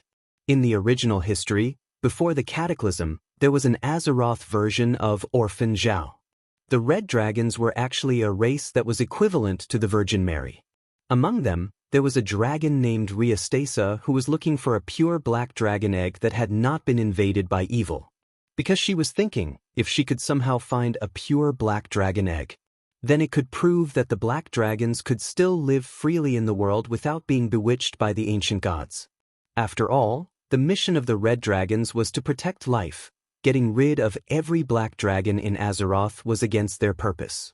But if the Red Dragons could find a way to redeem the black dragons, then it meant that there was hope for them to continue living. The problem was that the wings of death had been corrupted by the ancient gods, and since the ancient war, he had been the enemy of his fellow dragons. The black dragons under his command had also become his minions. One after another, they had become a group of crazy, neurotic fallen black dragons. But would there be a dragon that could lay a pure dragon egg that was not affected by the ancient gods at all? And if it was not controlled by the wings of death and the evil power of the ancient gods, what would the future of this dragon be? So, the Virgin Mary Red Dragon Riastasa caught a female black dragon, Xianxia, and forced her to study how to lay eggs. In the end, she laid an egg, and it was a very rare egg that belonged to the wings of death, Nesario. For this matter, be it the wings of death who was frantically searching for this egg or the red dragons, they were all caught up in this whirlpool. Moreover, this egg had its own will even before it was born. When the egg, although not yet out of the shell, developed to a maturity level where it could think independently and carry out plans, it sent out a cry for help to a group of sneaky fellows who were proficient in stealing and could even come and go freely under the eyes of the red dragons, the thieves of Ravenholt Manor. Thus, there was a strange case of the dragon egg disappearing. After many twists and turns in the plot, the Black Dragon Prince Razio was born. With the help of all kinds of resources, he quickly grew into a powerful dark dragon and called himself the last dark dragon. In theory, he was both good and evil in the original history, and had a good relationship with King Anduin Wrynn. However, at the time node of the King of Draenor, he participated as the mastermind in rescuing Braindead Roar and letting Braindead Roar go to another timeline to cause trouble. All in all, this was a powerful, intelligent, and sinister dragon prince. Unfortunately, fate had its way with dragons. In this life, with Onyxia's cleansing, the title of the last normal black dragon would not fall onto Lachio. More importantly, without the protection of the Red Dragon tribe, Lachio wouldn't have the luxury to wander around the Dragon Slumber Shrine, the Alliance, and other forces. So, Ratio, who was in front of Krasus, was obviously a henchman of the Wings of Death. No one knew that because of fate, Wing died prematurely. And the price of resurrection was the price of his own son smashing Nefarian. What was even more infuriating to Wing was that his disappointing traitorous woman had shamelessly knelt down and licked his great enemy, Duque, as a mount. So, after Nesario was resurrected by Enzos, he paid more attention to his children than ever before. So, in this life, there was no such thing as Xianxia being forced to give birth to a pure dragon egg. Almost as soon as Wing regained his freedom, he found Xianxia and directly left this female black dragon, who he had almost killed when he was having sex with her, with an evil child that truly belonged to him. Lachio, in this life, he was the successor of the new Black Dragon army, and appeared in the dragon slumber shrine as a symbol of absolute evil. As soon as he attacked, he directly beheaded an adult red dragon. This destructive power was simply frightening. Krasus was ready to risk his life. Just then, another voice suddenly broke in. "Ah, I didn't expect that damned father of mine would actually give me a younger brother. This is really making me worried. Should I kill my younger brother to prevent him from fighting with me for the position of Earth Guardian? Or should I persuade him to be like me, to become a mount in exchange for the world's forgiveness?" A graceful woman wearing a black robe with golden edges leisurely walked into the red jade shrine. The one who came in was naturally the black dragon princess Xianxia in her human form. The pentashade dragons each had their own holy lands in No Scent, because it was an absolute protection zone for nurturing the next generation. Even if Xianxia was now a dragon aspect, it was an absolute taboo to enter the dragon egg hatching area of another dragon race without permission. But Krasus couldn't care less. Xianxia was obviously here to help. The Black Dragon Princess suddenly cast the ultimate transformation spell, and in less than a second, she turned into a black dragon that was a size larger than Lachio and confronted him. "Clairstraz, hurry up and kill those Twilight spellcasters. They want to pollute the dragon eggs. If necessary, even the dragon eggs must be purified with dragon breath." After saying that, Xianxia flapped her wings and pounced towards her younger brother. It was not uncommon for a battle between two demigod colossal dragons to turn into an earth-shattering one another. It was Duque who ordered her to save the day. If the red dragon race's dragon eggs were all destroyed by the shockwaves of the battle, the red dragon race would eventually go berserk. It would be better if she didn't come at all. The black dragon took a deep breath as soon as she opened her mouth. Although she was in her human form, she could use her ultimate move earlier if she accumulated fire elements in advance. The conical dragon breath of nearly 60 degrees Celsius was too much for Lachio to handle. The magic resistance of the pentashade dragons was quite high. Their tough dragon scales and dragon skin were born with high-purity elements. It was not easy to injure a dragon with elemental attacks. Often, dragons had to rely on physical combat to decide the outcome of a battle. Xianxia's deep breath seemed to have broken this rule. Lazio jumped backward as if he was jumping. His wings flapped continuously, and he almost screamed as he dodged this deep breath. "How can it be so hot?" Xianxia grinned and revealed a mocking smile. "Don't you know who my master is?" Chapter 1852. Ordinary flames could hardly threaten a real WM, let alone a demigod WM. Xianxia only knew how to use fire. Originally, with her aptitude, using the deep breath to its limit was not a big deal. Dealing with elites was indeed impressive, but dealing with commander-level enemies was starting to feel like it wasn't enough. This was determined by the upper limit of her vitality. Ever since Du Mok took control of the Land of Fire and became the master of the fire elemental world, everything had changed. Since he could generously transfer a portion of the elements to an outsider like Kale, he could not leave Xianxia behind. After all, she cooperated with him at all times. Whatever position he asked her to, the Black Dragon would do it. It wouldn't be a bad idea to occasionally have a more focused play. 5%. This was the amount of elements that Du Mok gave his mount. As the Land of Fire further integrated into the world of Azeroth, it communicated and complemented the fire elements of the entire world. In fact, the absolute amount of elements that this element took up was increasing by the day. Having external assistance and relying solely on one's own physical strength were two completely different things. At that time, Lachio also urgently spat out dragon breath to resist deep breath. Firstly, it was rushed, and secondly, there was an absolute difference in quality and quantity. The fire elements that he spat out were actually caught in midair by the more mysterious, deep breath, and rolled back to burn Lacio's dragon body. Ah! Lachio screamed and retreated from the passage to the red jade holy temple. He had to retreat. Xianxia, who was even larger in size, had already pounced forward. The red jade holy temple was located below the dragon sleep temple. Although the space was not small even by the standards of a dragon, It was not suitable for a battle. For a dragon, most of the time, strength, agility, and vitality were directly proportional to its size. The larger the dragon, the stronger its overall attributes. In the limited space of the Red Jade Holy Temple, it could be forced to the point where there was nowhere to hide. It would become the most primitive wrestling. Looking at its size, Lassio knew that he was going to lose. He could only retreat out of the Red Jade Holy Temple and fight for space. Xianxia pounced after him. Lassio glanced at the battle in the sky north of the Dragonbone Waste and fled north without looking back.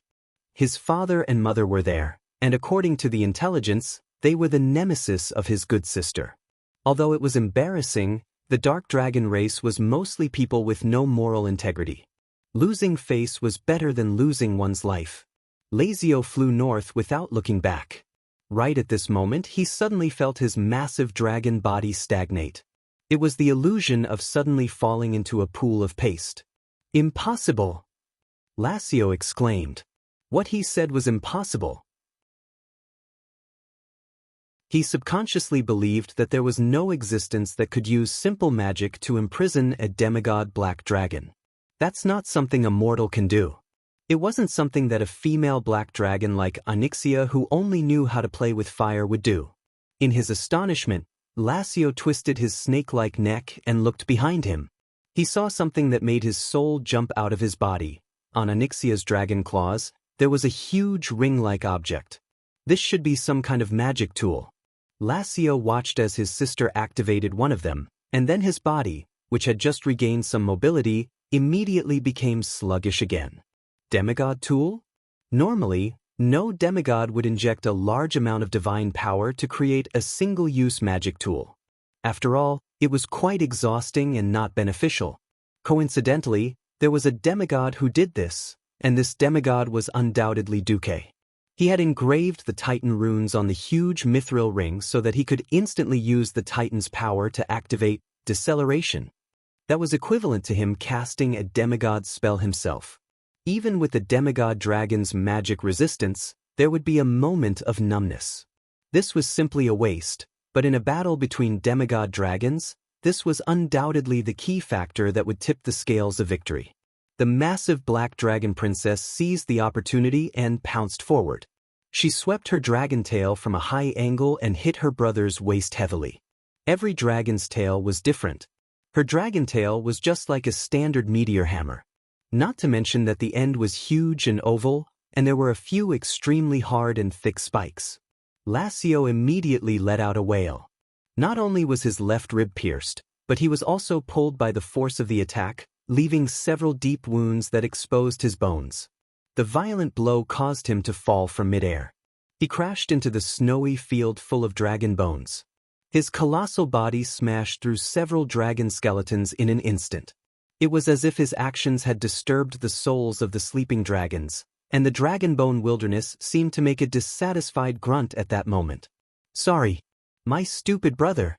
Since I'm here, I won't let you go to the north. In mid-air, Xianxia, who was flapping her huge wings, stared coldly at her blood relatives. Other families would at most fight. The Black Dragon family was simply asking for death. Lassio knew that he had failed, not only in terms of strategy, but also in terms of combat power and combat experience. He was inferior to his sister in terms of elements. What was worse was that because of his age and lack of combat experience, he could not unleash his tyrannical physical fitness. It couldn't be helped. He was controlled by his father, Nisario, as soon as he was born. His father was not a benevolent father. He would slowly feed him moves and teach him how to fight. His father was an empty fish, and he directly ordered him to pollute the dragon eggs of the Red Jade Holy Temple and the other temples. If he did not do well, he would be killed. Originally, Krasus would be a good opponent and a good whetstone. Using the difference in rank, Lassio could hone his skills in actual combat, and while he was entangled with Krasus, the idiotic Twilight believers below could complete the task given by his father. It could be said to be killing two birds with one stone. But why did an enhanced version of his sister suddenly appear? This was clearly not giving him a way out. Completely afraid to approach his sister, Lasios struggled on the ground, turned around and flew east. He did not realize that it was Xianxia who was hovering in the air just now, forcing him to fly to the east. My stupid brother. I wish I could say goodbye to you forever today. Xianxia glanced at the fierce battle in the northern sky, and then flew after Lasio. Lasio flapped his wings, and the more he flew, the more he felt that something was wrong. He used all his strength to fly, but he felt that his sister's Xianxia's speed should not be that low. Just as he flew over the Dragon's Pine River on the east side of the Dragonbone Waste, a large cluster of dense light suddenly approached at high speed. Boo! Lasio was hit by hundreds of cannonballs.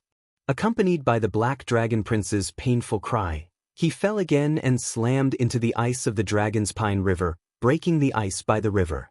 He fell into the water.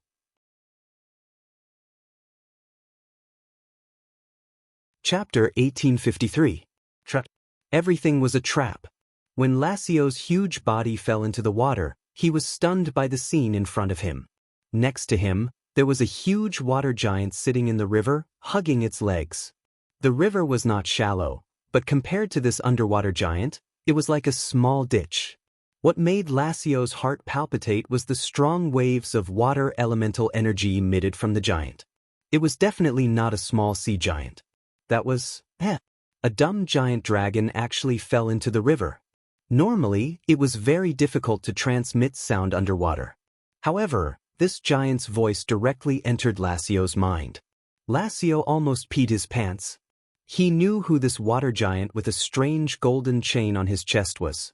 It was the former lord of the water elemental realm, Neptulin. Lasio felt like he was being attacked by a dog. You're the former lord of the water elemental realm. What are you doing in this river? Neptulin grinned and rose to his feet. As he stood up, the water level of Dragon's Pine River, which had not changed for thousands of years, suddenly rose by 100 meters in 10 seconds. This was a very exaggerated number. Under normal circumstances, the banks on both sides of the river would definitely suffer.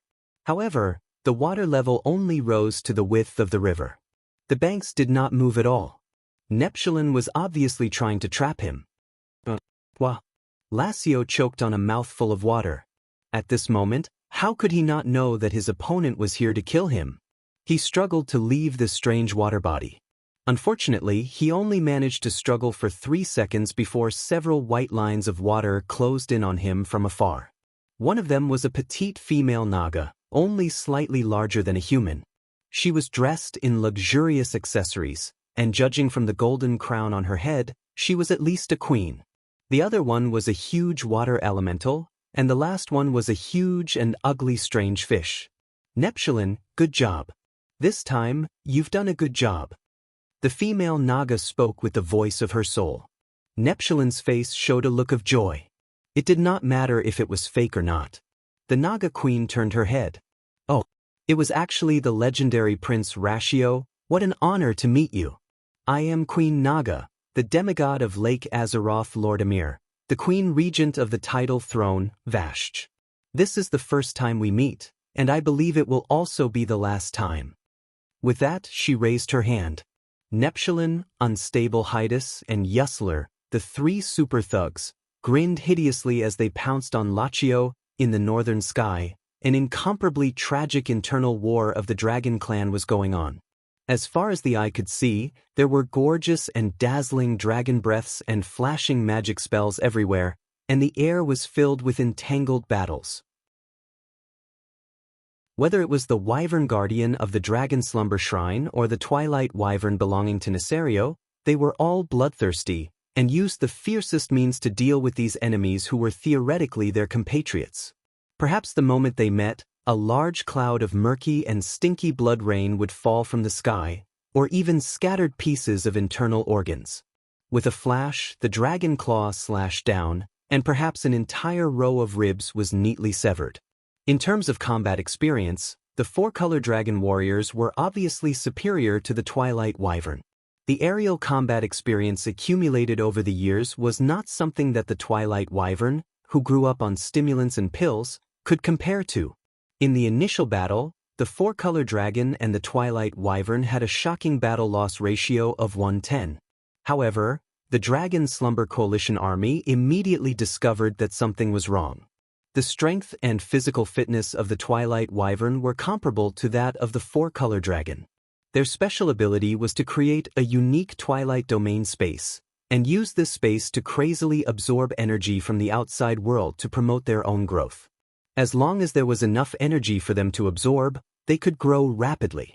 It only took a few months or even a few weeks for a twilight wyvern to hatch to adulthood, but it took hundreds or thousands of years for an ordinary dragon to hatch to adulthood. The terror of having Nesario in charge was reflected at this time. This was a terrifying characteristic that did not exist in the original history. Enzos had bestowed a terrifying halo effect on the Wings of Death. This terrifying halo, which covered an area of more than 10 kilometers, greatly strengthened the twilight domain of each twilight wyvern.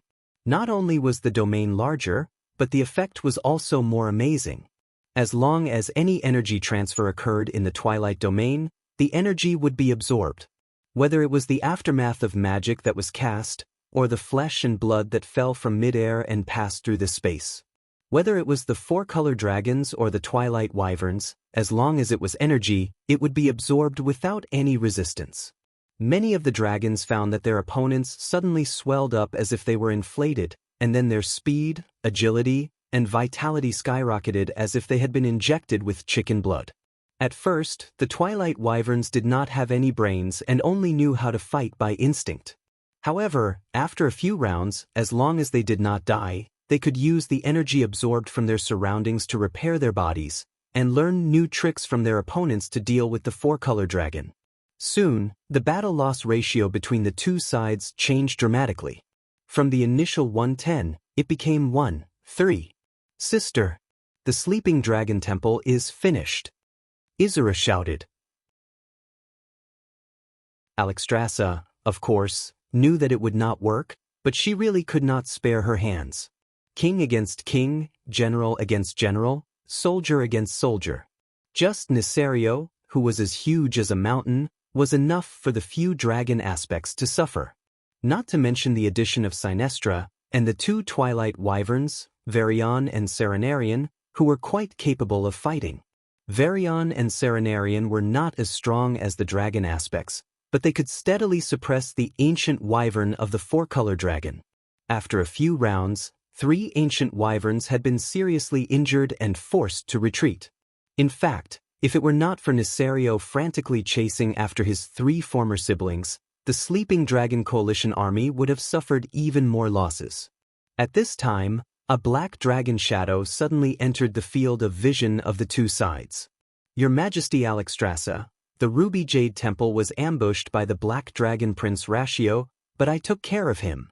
Now it is basically safe. The first half of Onyxia's words made the Red Dragon Queen's heart jump to her throat, but the second half made her feel for the first time that this junior was quite useful. The Black Dragon turned her head and taunted the 2 twilight wyverns who were obviously several sizes larger. Varian and Serenarian, right? Poor guys. He didn't know anything and was used as a weapon. Do you think you are very strong? Let me tell you, I can fight 10 of you guys. It was a clumsy provocation, but for the relatively simple twilight wyverns, it was good enough as long as it worked. In an instant, Onyxia had pulled away 2 of the enemy's main forces. Before leaving, she also sent a message to the Red Dragon Queen. Duque requests to join the battle. Chapter 1854. Duque? Alexstrasza really had a love-hate relationship with Duque. Once upon a time, Duque was just such a small and weak human. At that time, she hung out with Duque purely because she felt that this human was interesting.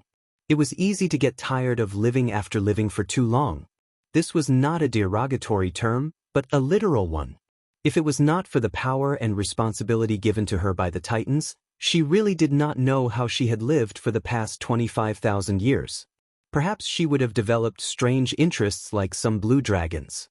For example, falling in love with a well, or falling in love with the fairy sister, soul healer, in the graveyard.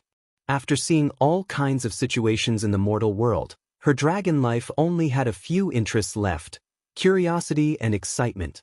Of course, she would not put herself in danger just to experience the feeling of heartbeat just for the sake of pure excitement. Because of the novelty and excitement, it was more like a hobby outside of fulfilling her duty as a guardian. That was why she did not hesitate to help Duke. Perhaps it was to repay a debt of gratitude, or perhaps it was purely to see how far this little human who always surprised her could go. She did not expect that in a mere 20 years, not even 1,000th of her life as a dragon guardian, Duke Marcus, a human with meager strength at the beginning, had grown to a level comparable to her. Alexstrasza was a little conflicted. She was happy that Duque was strong. He was too strong. She was conflicted. She always felt that she had lived for 25,000 years in vain. Why could it not compare to what Duque had achieved in 1,000th of her time? Living for too long, living for too long. Dragon hearts would become a little conflicted. Mortals clearly looked very simple, so why did a monstrous peerless powerhouse like Duque appear? Not only was he strong, but he could also stir up the general trend of the entire world. Even she felt that all the dragon guardians and guardians were led by the nose by him. However, every single one of them was willing to do so because his actions were righteous and in line with the way of the heavens and the way of the Titans. Sometimes, when Alexstrasza looked at Xianxia, who had a terrible reputation and was cunning, and saw her intelligence plummet after being subdued by Duque, she would see a rare joy on Xianxia's face that was almost impossible for dragons to have. She couldn't help but put herself in Xianxia's shoes. If he became Duque's mount like Xianxia, every time she thought of this, the queen would feel like her heart was in a mess. This was practically a blasphemy against the duties of a Titan. She found it difficult to describe the complex feelings in her heart, but she forcefully pushed them out of her mind. Time returned to the present. For a moment, she was distracted, and she was almost hit by Nsario's huge claws. Fortunately, although Nsario's body size had increased, his speed and agility seemed to have decreased significantly, which gave her a chance to save him. She screamed in her heart, "I can't hesitate anymore. I am the leader of the Dragon Slumber Shrine. All the dragons are waiting for my command. A leader must never hesitate." As far as the eye could see, countless dragons were fighting in the sky. She already knew how terrifying the twilight dragons were. 10,000 years ago, Nsario had betrayed the Pentashade dragons, and the dragons that had once blotted out the sky had withered because of that battle. It took the four-colored dragons 10,000 years to barely restore their numbers to a less miserable state. If she cared about her pride and hoped to use the power of the Dragon Slumber Shrine to deal with the resurrected traitor, Nsario, she was afraid that the Dragon Slumber Shrine would suffer more damage than the last time. The enemy in front of her was strong, and she was weak. Even if she won, it would only be a Pyrrhic victory. What about the void battlefield in the future? Alexstrasza gritted her dragon teeth and spread her divine thoughts. "Duque, I know you're here. Come and help. I know what you're thinking. The Dragon Slumber Shrine will be the most loyal ally of the Alliance in the future." Her spiritual call instantly received a reply. "Though I wanted to make a move a long time ago, but I was afraid of interfering with the internal affairs of the Dragon Slumber Shrine." "You make it sound like you didn't have a part in the first siege against Nsario." The man and the dragon teased each other. Everyone knew that the little knot in their hearts had disappeared without a trace. Originally, the Dragon Slumber Coalition army did not know how the Alliance would make a move, but they soon found out. Woo woo woo. It was a strange sound coming from the east of the Dragonbone Wilderness. Many twilight dragons turned their heads to look to the east in a daze, but the four-colored dragons came to their senses and squatted down with their hands on their heads. Oh no, it was a gesture of self-defense. Countless artillery shells gathered into a torrential rain of artillery shells that were denser than locusts. They crossed a distance of 10,000 meters and blasted toward the area where the dragons were fighting fiercely in midair. At a glance, the Alliance's artillery was simply a trap for its allies. This was an indiscriminate attack. In midair, the four-colored dragons and the twilight dragons were all wrestling with each other, and there was no obvious formation to distinguish. At most, It was a cooperation between a few dragons in 2s and 3s. It was not a positional battle like in a traditional war. But the moment the artillery shells exploded, the essence of Duque's bombardment could be seen. All the artillery shells were the classic, Type 3 bullets. This kind of shotgun shot out from a standard barrel would explode when it flew into the air of the battle, forming a large number of fragments. For enemies with relatively weak bodies, this was a fatal metal storm. Even if it was a griffin, its skin would be lacerated and its wings would be crippled in this kind of storm. For a giant dragon that was covered in dragon scales and dragon skin that could be said to have thick skin and flesh, and even the dragon's eyes had a layer of extremely hard cornea, the lethality of the shrapnel was almost zero. More importantly, these artillery shells were all specially made for the holy light. The Twilight Dragon's Twilight Domain was derived from the classic power of corruption. It was a perfect counter to the holy light. This meant that the four-colored dragons were completely fine, while the Twilight Dragons cried out in pain as if they had been splashed with acid. It was like a cooperative game. As long as the option, friendly damage, was not ticked, you could casually stab your teammates and be fine. It seemed very unscientific, but it happened just like that. This is amazing. Isra could not help but exclaim. What did the Twilight Dragons rely on to become stronger and stronger? Wasn't it that disgusting Twilight Domain? Once the Twilight Domain was suppressed, the four-colored dragons began to gain the upper hand again. In the sky above the Dragon's Pine River in the east, a huge fleet was circling the flying fortress Naxxramas.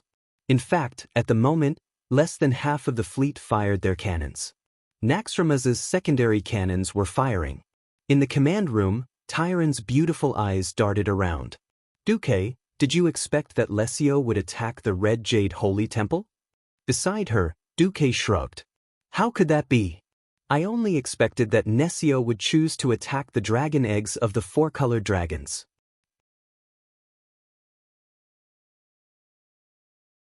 Chapter 1855. To be honest, he really did not think that sending Oni would actually catch Lachio. In fact, he did not even know if Lachio still existed in this world. Unfortunately, Tyrant pouted and crossed her arms, looking as if she did not believe him. Duque almost choked to death. Damn. Is this considered pretending to be the god of prophecy too much that people don't believe me even if I fail? At this time, Vashch's magic message came.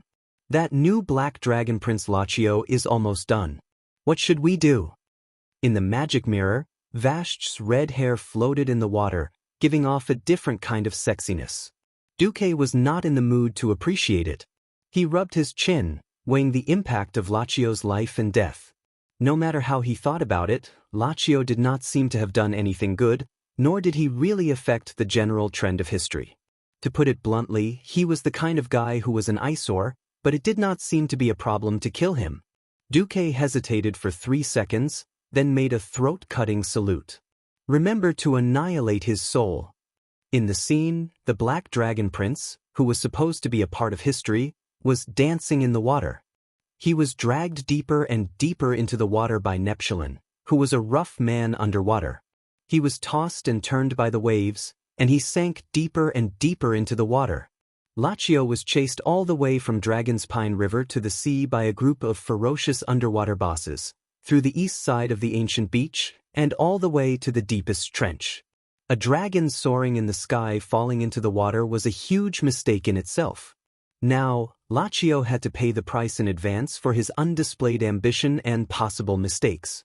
Perhaps this was unfair to a formidable dragon, but since he had chosen Nisario's side, then he was sorry.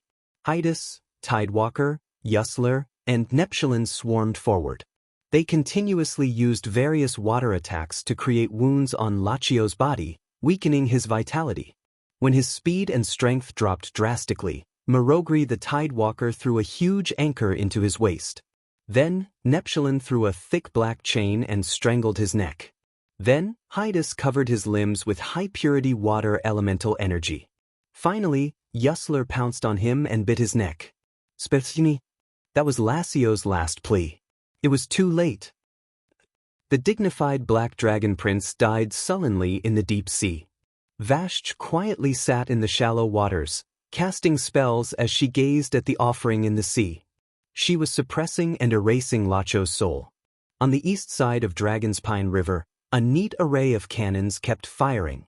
The artillery finally angered Nesario, who ordered the Twilight Dragons to attack the Alliance's air force. Under his command, Valriona and Thanarian, who were being kited by Onyxia, turned around and flew east towards the Alliance's air force. An ear-piercing alarm sounded in Naxxramas almost instantly. Unlike the previous Level 2 alarm, it was preparation for an attack. This was the alarm for an enemy attack. The Alliance soldiers in the intelligence room of the stronghold observed the incoming enemy through the mage's eyes in Dragonbone Waste, as well as the stronghold's own enemy tracking system and binoculars. They stared dumbfoundedly at the dragons in the sky. The Alliance had experienced many battles since its establishment.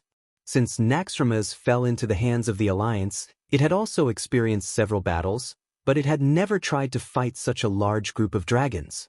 The last time it faced a large-scale attack was in Northrend, against the gargoyles of the Lich King Arthas. The purple-red Twilight Dragons approached quickly. They spread their wings and rode the wind, sweeping over from the battlefield 10 kilometers away. 10 kilometers, which was 10,000 meters, sounded very far. For these flying behemoths, it would only take a few minutes. They're really fast. Bu Lang Bronzebeard stared at this scene on the monitor and couldn't help but curl his lips. Boys, use the armor-piercing bullets. Grenades are useless against these big guys. The 3 holy light projectiles had been proven to only be used for harassment, not to kill them. Bu Lang shouted, old-style main cannons. Fire in unison. Cannonballs triggered by TNT explosives were continuously fired from the muzzles of the stronghold. Even though the new cannons were all equipped with brakes to reduce the reaction force, they didn't dare to fire in a real sense. The continuous impact still caused the entire stronghold to move nearly 10 meters to the east, under the surveillance cameras controlled by the observers. Bu Lang clearly saw that the old-style cannonballs, even after being treated with holy light, still couldn't penetrate the tough skin and scales of the Twilight Dragons. Although some of the Twilight Dragons' wings were damaged, they only slowed down. Anyway, after a round of cannonballs that seemed to shake the earth, not a single Twilight Dragon fell in midair. The human gunners could almost see the contempt at the corners of the Twilight Dragons' mouths. Taking advantage of the intermission of the human cannons, these dragon-shaped monsters created with evil secret methods quickly closed the distance between them and the flying stronghold. Many of the Alliance soldiers' hearts were about to jump out of their chests at this moment. If the Alliance's cannons couldn't cause effective damage to the enemy, it meant that this was likely to turn into a massacre of the Alliance's air force. At this time, Duque's leisurely voice sounded. Bu Lang, relax. Don't we still have Mimran? According to my calculations, the new cannonballs can definitely penetrate those purple lizards flying in the sky. Mimran, who looked like a mechanical gnome, had 2 light bulb eyes that kept flashing. That's right, Duque was King crazy about the Alliance's technology tree again. The biggest feature of transmigrators adding talent points was that they wouldn't add the wrong talent points. In fact, 1 kilometer behind the group of Twilight Dragons, Isra was leading a large group of green dragons to help the Alliance. Sister, I don't think we need to help Duque's side. Whether we need to or not is one thing, whether we go or not is another. Go quickly. Don't be in a straight line with the Twilight Dragons and the Alliance's cannons. Follow them from the side and back. If necessary, help at any time, Alexstrasza instructed. The main force of the Twilight Dragons had turned east, which meant that the pressure on the 4-colored dragons was greatly reduced. In theory, concentrating all the dragons to besiege Nesario was the right way to go, but she couldn't let such a large group of Twilight Dragons run around. In fact, except for Isra, who was particularly confident in Duque, many green dragons didn't think that mere mortals could block thousands of Twilight Dragons with their flying creations alone. In their eyes, the thin 3-dimensional defense line of the Alliance's flying fleet was no match for the locust-like Twilight Dragons, be it in terms of strength or visual effects. In particular, when the Alliance's first round of main cannons fired did not even bring down a single Twilight Dragon, most of the Green Dragons in the Green Dragon Army confirmed their thoughts.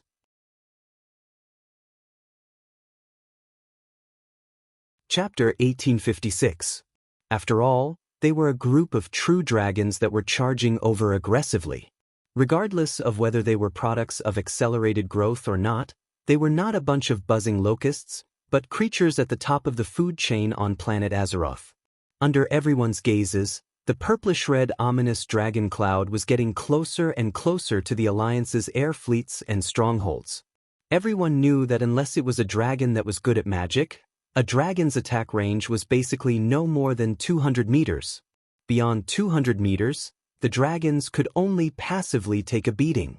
Once within 200 meters, the giant dragons would use their dragon breath, their powerful bodies, their sharp claws, and their tails, which were even more terrifying than siege hammers, to teach anyone who dared to enter the giant dragon's killing range a lesson.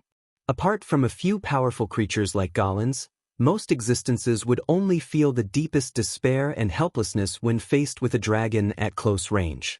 It was the same for the Alliance's battleships. If the largest main cannon could not penetrate the dragon's scales and skin, then the smaller cannons and anti-aircraft cannons would not be able to do so.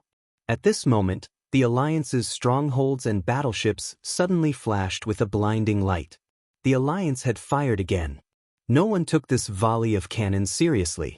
The purplish-red dragon cloud that looked like it was rolling over finally collided with the dense black dots formed by the cannonballs. Just as the new cannonball was fired, Duque smiled and said, "Actually, dragon scales and skin are fine. We might as well change our way of thinking and treat them as more durable sloped armor.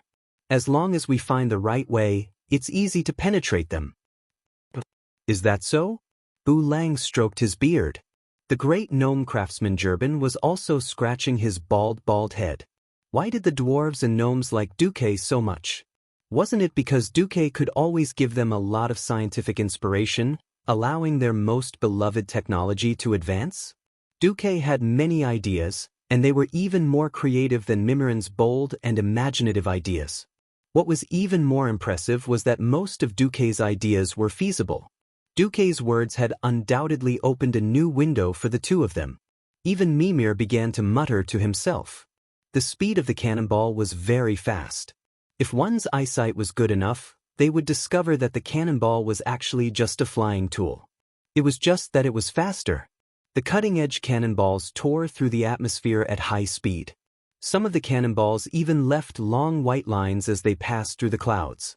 The metallic afterimages pulled out beams of light in the air and pierced into the group of twilight dragons like sharp blades. This time, these creatures that came from the Black Dragon King's family's Black Technology Laboratory were not so lucky. In an instant, their wings or bodies were pierced. Perhaps it was because of the amount of gunpowder in the shell, or some other reason. Only about 100 twilight dragons howled as they fell from the sky, sprinkling a foul and evil rain of blood. Even so, there was a burst of loud and clear cheers in the fortress command. "Hooray! Success! We've finally defeated those damned lizards." He had only killed less than 100 twilight dragons, which was a negligible loss for a group of more than 3,000 dragons. Hidden behind this small victory was the victory of mortals and technology. The Alliance's technology continued to develop, and today, they could already use their own new inventions to deal with the creatures at the top of the food chain on this planet, the giant dragons. It was not difficult to envision that in the near future, weapons that could kill demons on a large scale could be developed. This was what encouraged the party of technology, which was led by the dwarves and gnomes. Gerben almost jumped in front of Duque and shook hands with Duque. "Congratulations, your tungsten core armor-piercing shell was a success." Duque replied with a smile, "It's our tungsten core armor-piercing shell." Gerben said with great sincerity, "No, no, no. Without your idea, none of us would have thought of such a method. We're just the processors of science." Duque said something extremely cool. "Then, I'm actually just standing on the shoulders of the giants of science." At this moment, even Bu Lang, who was commanding, and Mimiron, who was watching the battle, as well as the dwarves, gnome scientists, and craftsmen, were all in awe of Duque. The tungsten core armor-piercing shell was something that Duque had created using his transmigrator knowledge. The tungsten core armor-piercing shell was actually an excellent armor-piercing shell developed after the 1970s on Earth. The warhead of this armor-piercing shell used the principle of shell removal and the new structure and materials of high-density tungsten alloy. It had characteristics such as high initial velocity, low trajectory, short flight time, high accuracy, and great penetration power. It could effectively deal with fast-moving targets. The density of the core was high, and it was the complete opposite of hard steel or tungsten carbide cores that would shatter during the penetration process. The tungsten alloy core was more malleable and could penetrate armor by splashing.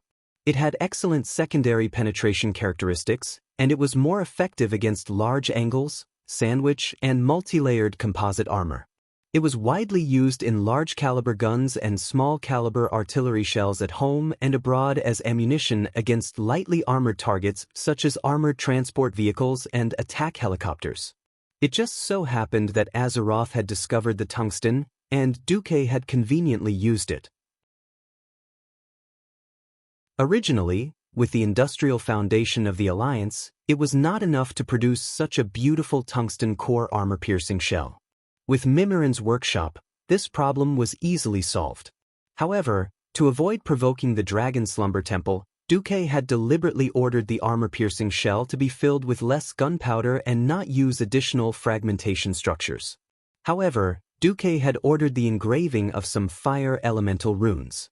Otherwise, this round of bombardment alone would have been enough to teach those stupid Twilight Dragons a lesson. If they survived, they would have to remember to take a detour when they saw the Alliance's warships in the future. In fact, the Twilight Dragons that were hit this time, unless they were especially unfortunate and had been hit by dozens of cannons, they would not die. Most of the Twilight Dragons that were shot would be injured but not killed. It was not the kind of fatal injury, but the kind that just happened to penetrate the dragon's scales and skin, but could not penetrate the flesh. Stimulated by this round of bombardment, the Twilight Dragons immediately roared and accelerated towards the Alliance's fleet. On the other side, the Green Dragon army was also shocked. Seeing that although the Twilight Dragons had suffered losses, their losses were limited. They actually felt an inexplicable sense of peace. It turned out that mortals were not particularly powerful. In their hearts, the Green Dragons could not help but acknowledge the strength of the Alliance. Just as the Twilight Dragons flew to within a kilometer of Naxxramas and the Flying Fleet, the fortress and the large spaceships suddenly opened their hatches one by one, revealing the real killer move inside. The entire airspace suddenly flashed with an incomparably dazzling fire.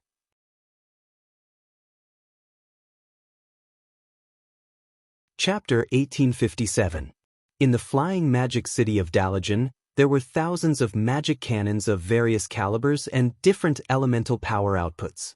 In the mouth of the dragons, the magic cannons that these humans and elves were so proud of were called weak, because they were the most superficial use of the elements. In order to ensure the stability and operability of the cannons, the magic craftsmen had to repeatedly reduce the total output of the elements and reduce their fluctuations.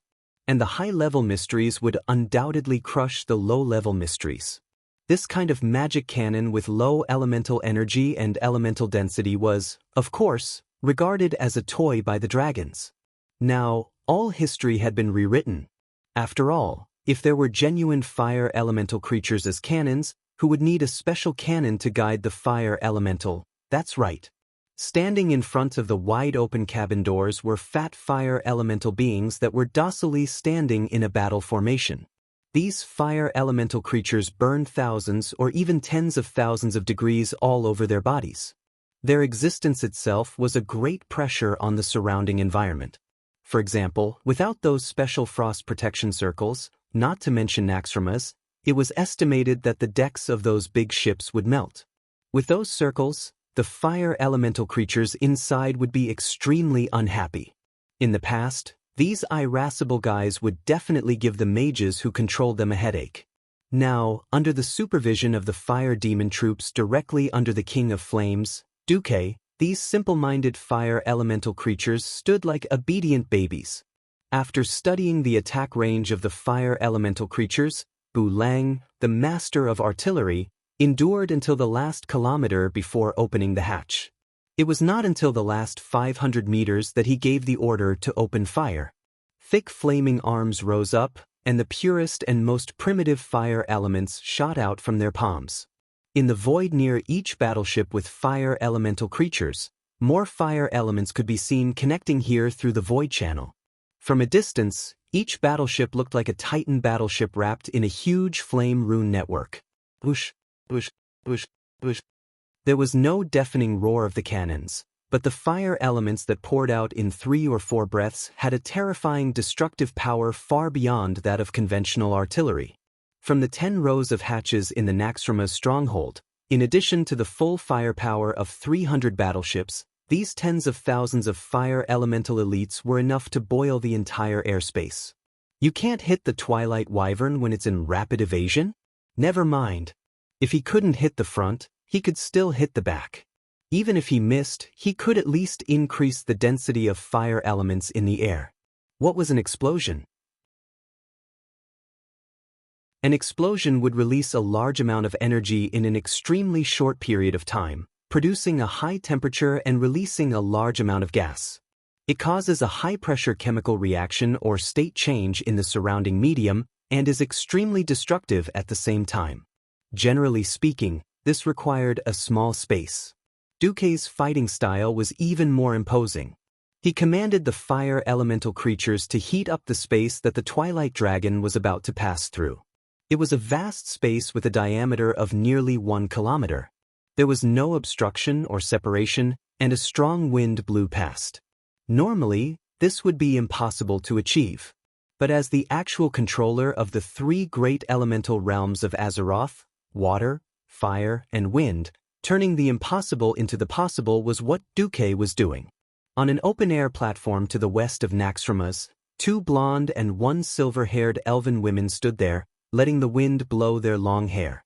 If you carefully sensed it, you would know that the wind demigod, the 3 Windrunner sisters, led by Sylvanas, were controlling the flow of the air in the surrounding atmosphere. A huge wind elemental shield that the Twilight Wyvern couldn't see was preventing the fire elements from escaping. Then, everything fell into place. Heat up, heat up, heat up again. From an ordinary fireball of a few hundred degrees, the surrounding temperature suddenly rose to over 1,000 degrees. At first, the simple-minded Twilight Wyvern didn't react, only thinking that it was an illusion.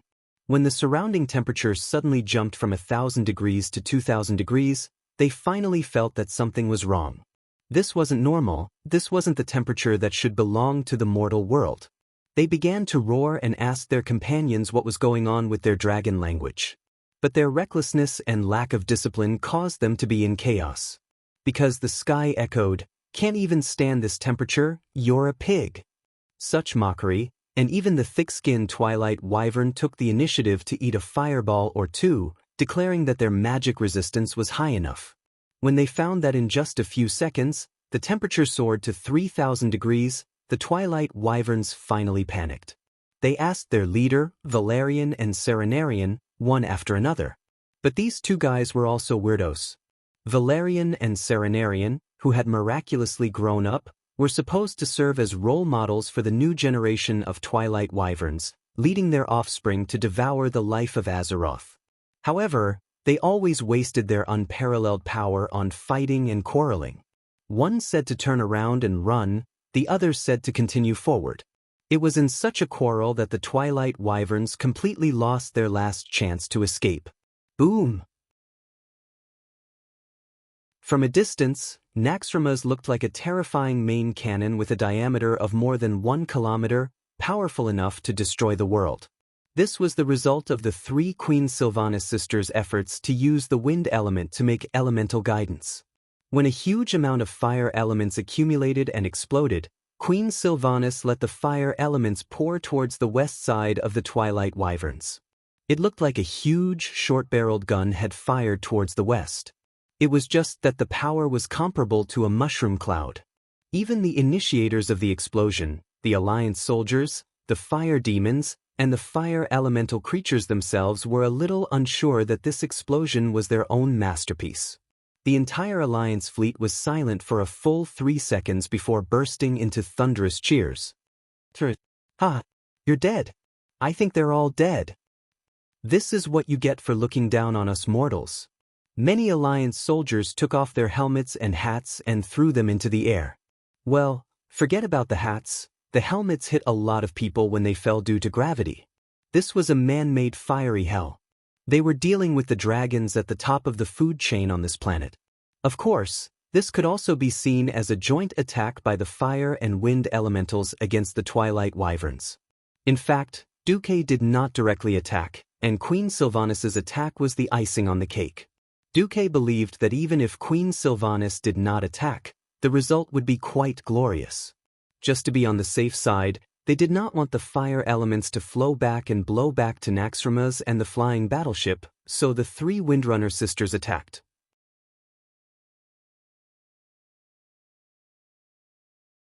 Chapter 1858. The result of the battle was glorious. This attack, which could be described as strangling or incinerating, lasted for a full 10 breaths in the air. If this was a classic aerial battle between dragons, there would probably be a rain of dirty blood, dragon scales, dragon skin, body parts, and organs that should have been priceless.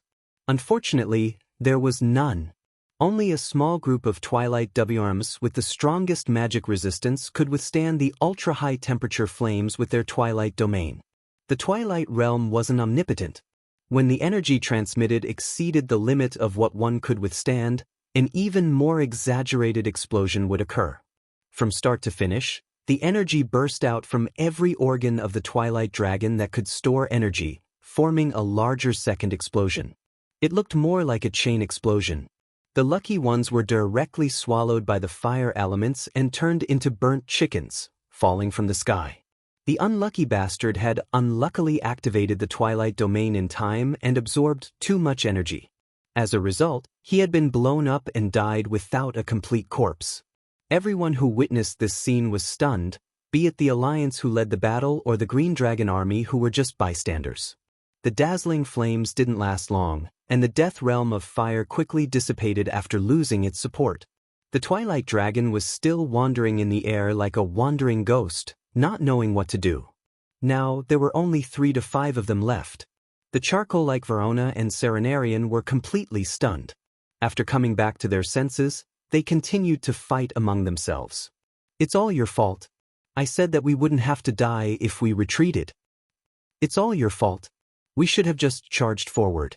The 2 Twilight Dragon leaders were like idiots trying to drag each other down. They didn't realize that the Green Dragon army had split up behind them. The main force had already started to fly back, but Isra and a few ancient green dragons started to climb rapidly and dive down. What a perfect timing! Isra glanced at the black figure that was diving down from the northeast at about the same height as her. Xianxia might not be good at fighting enemies head-on, but when it came to bullying noobs, no one was better than her. When Variona and Serenarian abandoned her and stopped chasing, she didn't pursue them. Instead, she followed Duque's theory of aerial combat and pursued height. Diving down from a high place was always easier than climbing up from a low place, and it was also more powerful. As a dragon aspect that controlled a portion of the fire elemental world's elements, Xianxia only needed a single thought for the fire elemental elements around her to follow her as she dove down at high speed. The fire elemental elements that had already begun to dissipate were sucked into her body at a speed faster than her dive. Her true form was that of a black dragon. From afar, Xianxia looked like a huge red dragon, drawing a cone-shaped formation of flames in the air. When she swooped down at high speed, she actually pulled out a long line of fire that resembled the tail of a comet.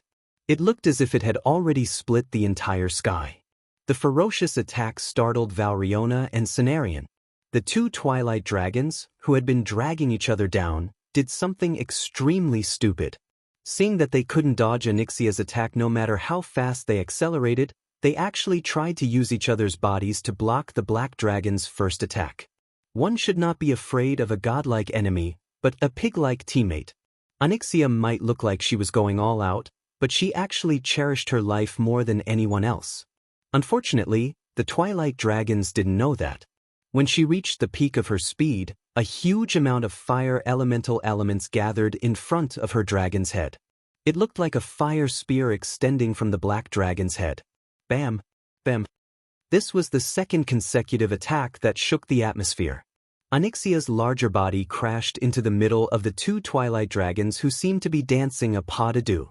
If one of the dragons had the guts to extend its claws and give Xianxia a vicious blow, it might have ended in a lose-lose situation.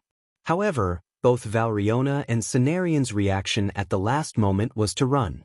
They only opened up half of their Twilight domain to defend themselves, but they were also afraid that they would absorb too much fire elemental elements and blow themselves up. That was hilarious. If Xianxia had split the fire elemental elements she brought with her into two, either of them would have been able to handle it. But how could the black dragon, who was an expert at bullying noobs, give them the chance to do so? Don't even think about escaping. Xianxia, who had not used her full strength in the first place, did a rather damaging thing. She did split the power in her body into two, but all the fire elemental elements were aimed at Cenarian while she pounced at Valriona. According to Duke's secret instructions when he was training the dragon, plus her own observations, she was very sure that the two of them would never cover for each other. As expected, Cenarian's first reaction was to run when he saw the overwhelming amount of high-purity fire elemental elements coming at him. But Valriona's first reaction was to face it angrily. The energy theory of aerial combat was fully validated at this moment. Xianxia, who was faster, flew in a small arc and easily dodged Valriona's clumsy bite, as well as her follow-up claw attack. Then, the black dragon used the inertia from the high-speed dive to make an emergency hover with her wings and swung her thick and long tail in a perfect semicircle, hitting Valriona's right arm hard. It was better to break one than to injure 10 fingers. She learned how Duque treated her in the past and used it to deal with her enemies. The force of a dragon aspect's attack, coupled with the huge inertia from the acceleration of gravity, was more than 100 tons. It was a blow that could even shatter a mountain. Valriona let out the most miserable scream since the start of the battle.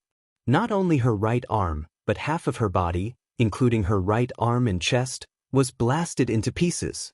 The sharp spikes on the black dragon's meteor hammer-like tail even tore a few pieces of Valriona's lung tissue out.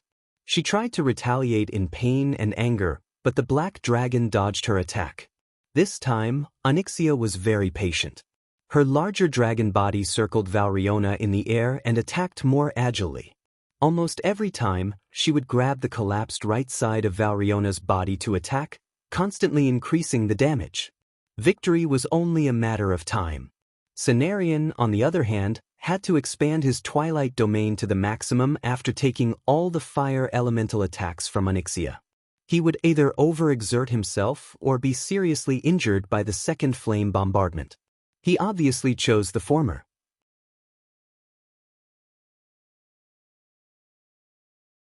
Chapter 1859. Cenarian was about to run away.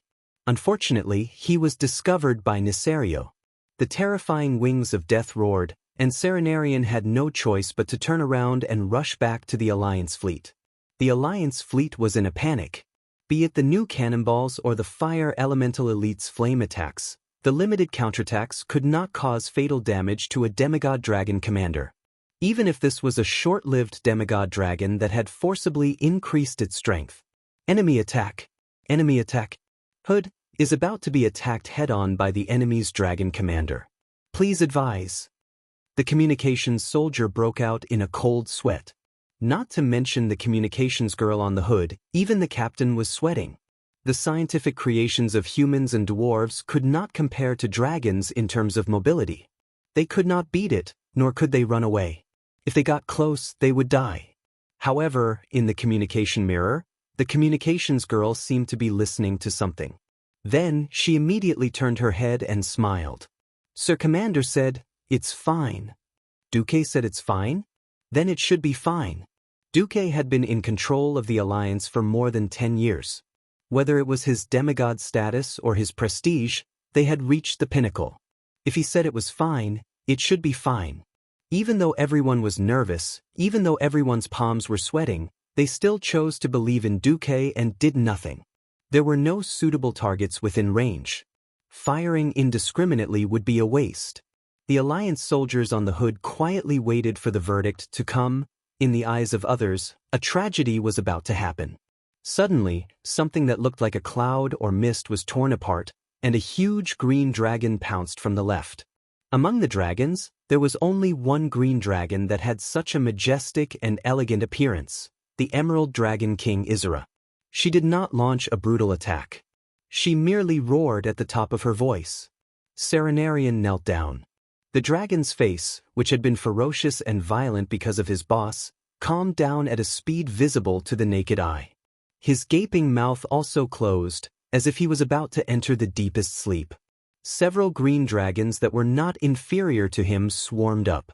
Before Serenarian woke up from his dream, he used the most brutal bite of the dragons to tear the Twilight Dragon apart.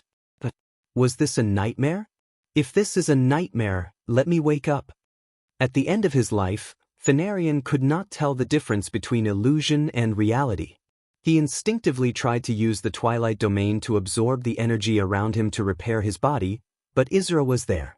A green special domain completely suppressed Serenarian's domain. Just like the difference in strength between demigods, battles between domains were much simpler and more direct.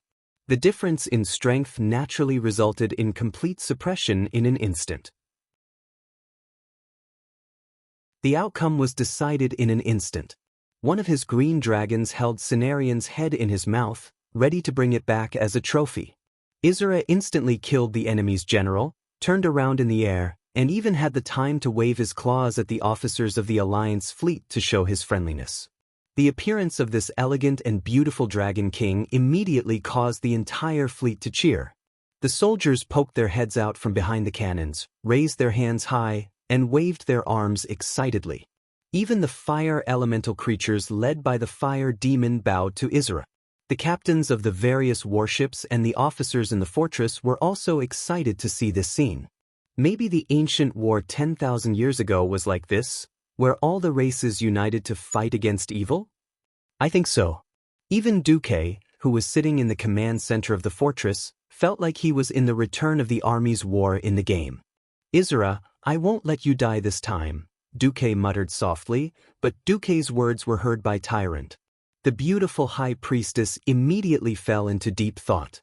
As Isra flew at high speed with the last few ancient green dragons and returned to the main battlefield, the battle on Onyxia's side was also over.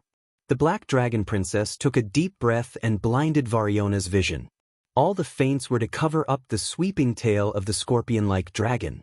This time, Variona, who couldn't dodge in time, was hit in the head. Her entire left skull and left eye collapsed, and her left shoulder was also injured.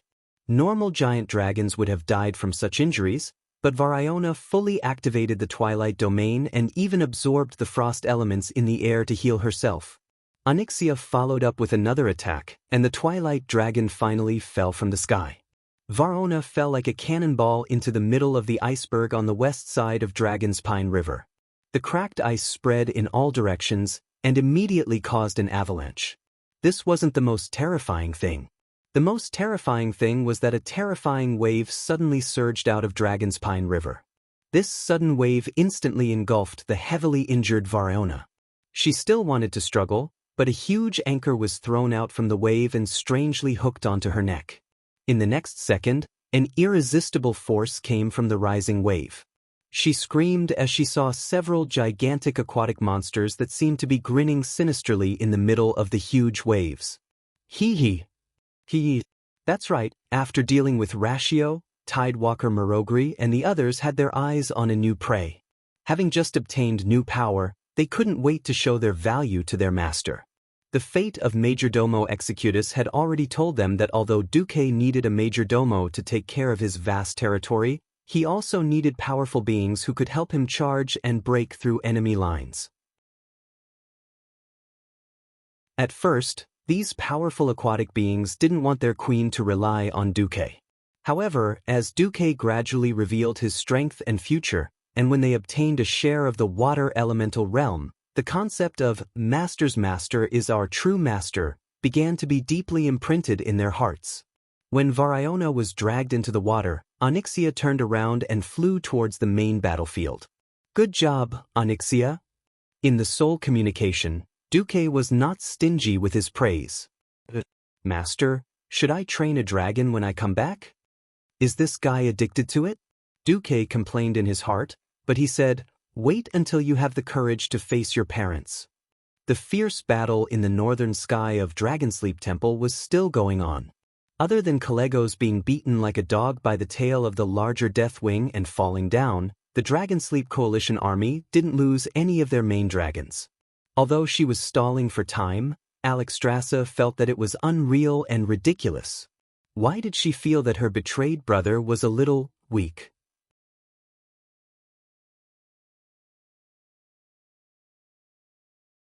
Chapter 1860. Indeed, the wing of death that appeared in the north of the Long Sleep Temple had the most terrifying body. After integrating with the ancient progenitor WM Galakrion's biological cells, his body size had skyrocketed to more than 500 meters. The core of his body was also 200 meters long and more than 100 meters wide. This was no different from a conjoined skyscraper of 70 to 80 stories flying around in everyone's field of vision. That kind of earth-shattering brute force was not something any mortal creature could resist. This was no longer a matter of health. It was almost impossible to break through his defense. The thick layer of acid that wrapped around his body was simply his second layer of dragon skin. An ordinary WM's dragon breath would at most evaporate into a cloud of acid mist. It could not even touch his body. They had to be even more careful not to choke on the acid mist when they were downwind.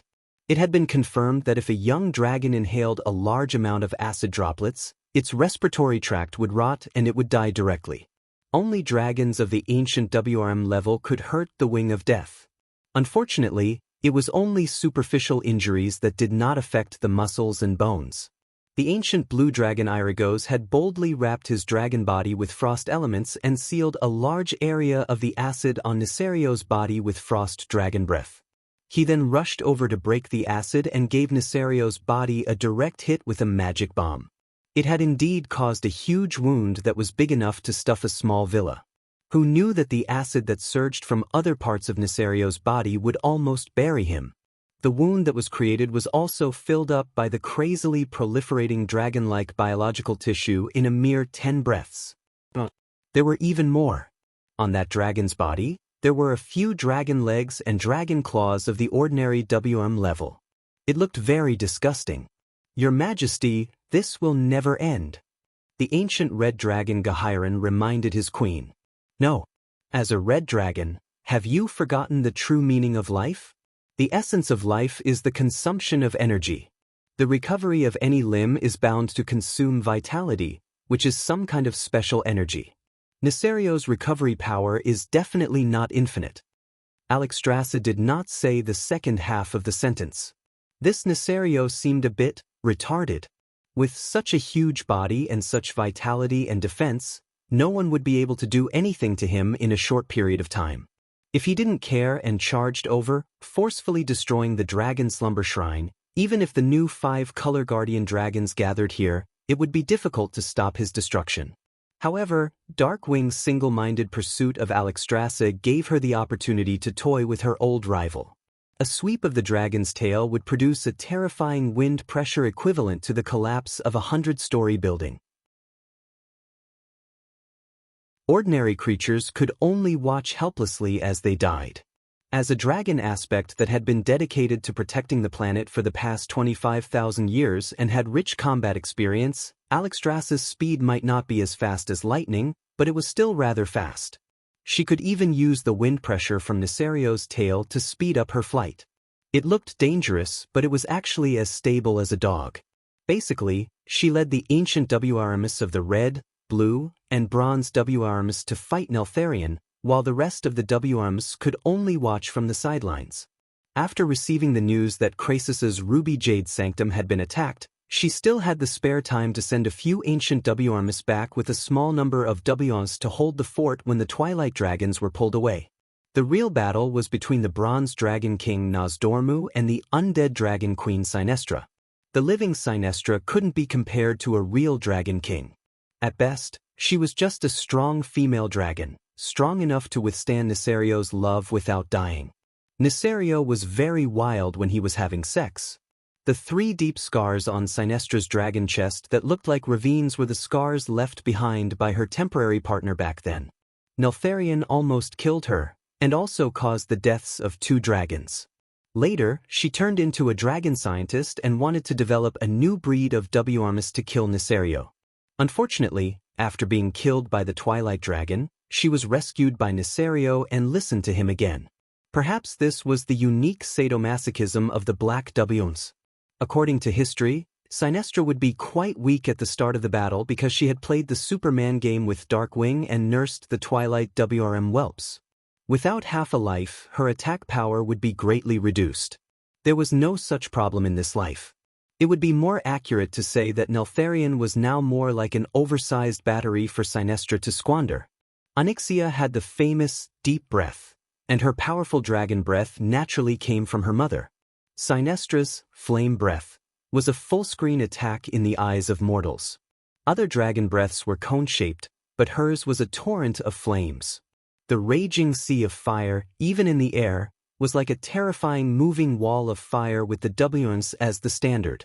The ancient WRMs would howl if they were hit. What was really amazing was her Twilight attack skills.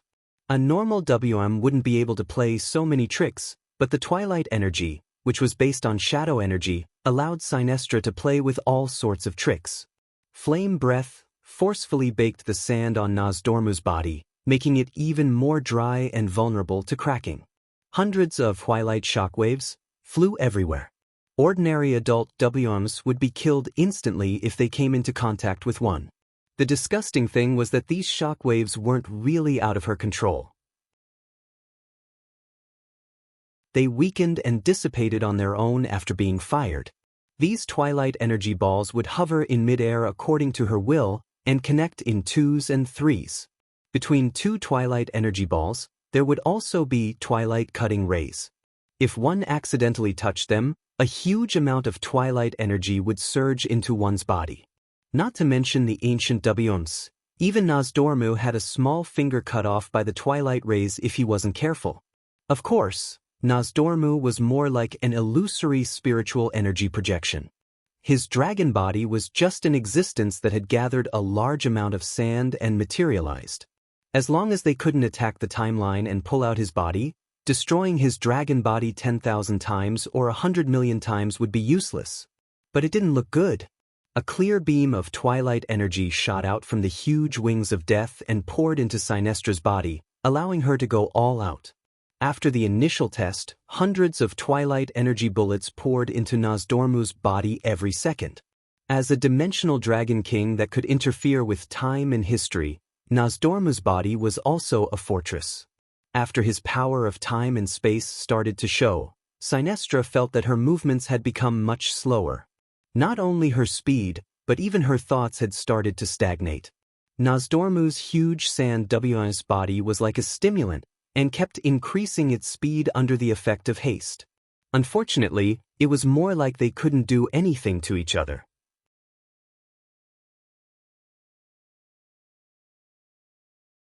Chapter 1861. At this moment, as if he had finally woken up, Nisario's entire body shuddered as if he had just peed himself. He suddenly roared, "It's time to destroy Dragon's Slumber Temple." Amazing! Of all times, why did he have to think of it when Isra had yet to return and Nozdormu was being held back? If it was the sinister and cunning Black Dragon King of the past, Alexstrasza would definitely not have taken it so lightly. However, Nisario, who had increased in size and strength but was obviously in a frenzied state, made the queen unknowingly numb and careless. "Stop him!" Under the Red Dragon Queen's command, dozens of ancient dragons bit the bullet and launched a fierce attack. There were many casualties, but the effect was minimal. They risked their lives to spit dragon's breath on Nisario's mountainous body. Those with superb flying skills and good luck were able to complete the dragon race's unique bombing in an extremely thrilling manner, and then quickly climb up to avoid Nesario's counterattack. The unlucky ones, such as the ancient blue dragons Quadrigos and Borregos, were slapped to death on the spot. Or, if he was not careful, he would be swallowed by the limbs of the wings of death, just like Karastad's. The moment he was eaten, Alexstrasza felt that Nesario's aura had increased slightly. "Titan! What kind of monster is that?" The queen shouted with a hint of sorrow. A total of 5 ancient dragons lost their lives in an instant because of her command. This loss even surpassed the ancient war with the devils 10,000 years ago. At least in the ancient war, the lives of ancient dragons were not so worthless. Without a void lord, ordinary devils could not take down the heads of ancient dragons. These were 5 primordial dragons that had made a name for themselves. Now that the dragon clan was on the decline, any ancient giant dragon was an existence that guarded a region. One had to know that even the most prosperous red dragons in Dragonding only had more than 30 ancient dragons. The blue dragon race, which was suffering, only had more than 10. Alexstrasza's dragon heart was about to die from the pain of losing 5 ancient dragons at once. She would probably be sad for a long time after this battle. After absorbing the 3 ancient WMs, Neltharion's dragon body had obviously expanded a little. He laughed wildly with abandon, and just like that he rolled into the magical protection array area of the Dragon Sleep Shrine, almost like a meatball. The Dragon Sleeping Temple's magical defense was undoubtedly the best, but the strongest fortresses were often breached from the inside. As the designated guardians of the Titans, the dragon aspects had the right to use the Dragon Sleep Temple, but they were not the creators of the Dragon Sleep Temple. After Nesario's betrayal, the other 4 dragon kings tried their best to modify the defense system of the Dragon Slumber Shrine, but this effort was more like a temporary solution. It couldn't be helped. The wise Titan had thought of many things and many situations, but he had never thought that the guardians and dragon aspects, who had been instilled with the concept of absolute loyalty, would actually be brainwashed into rebelling. This has led to many tragedies. For example, Neltharion and the Long Sleep Shrine. Like when Lorcan betrayed O'Dowell. The only problem was that the Titans were not allowed to fly directly to the highest level of the Dragon Slumber Shrine in order to maintain the respect of the dragon race. Before getting close to the Dragon Slumber Shrine, they could only fly to the same height as the lower level, which forced the oversized wings of death to run on the ground. Even so, Neltharion, who was like an inflated balloon, was rampaging through the Dragon Slumber Shrine, as if he had entered a realm without dragons. Only a few magical defense measures really worked and launched attacks against him. Most of the protective facilities were silent, and several spatial barriers even opened on their own after sensing Neltharion's soul. It was not that there were no brave Dragonians or half-Dragonians who stepped forward in an attempt to stop him, but unfortunately, it was more like sending themselves to their deaths. With a stomp, the constantly proliferating dragon limbs pulled these brave people into Neltharion's body and forcibly swallowed them into a part of the wings of death. Alexstrasza tried to harass him from behind, but it was not very effective. Her flame of purification could not hurt Neltharion's foundation. She had tried, and at most, she could hurt the biological tissues 20 meters below the surface of his body. Any deeper and she was powerless. Sin. It's all my sin. The Red Dragon Queen, who had always been brave and determined, was almost crying. At this moment, Duque's message came. Actually, I think you can trust me a little more. I'm the guardian of Azeroth, after all, although it was not decided by the Titans. Duque, you have a way?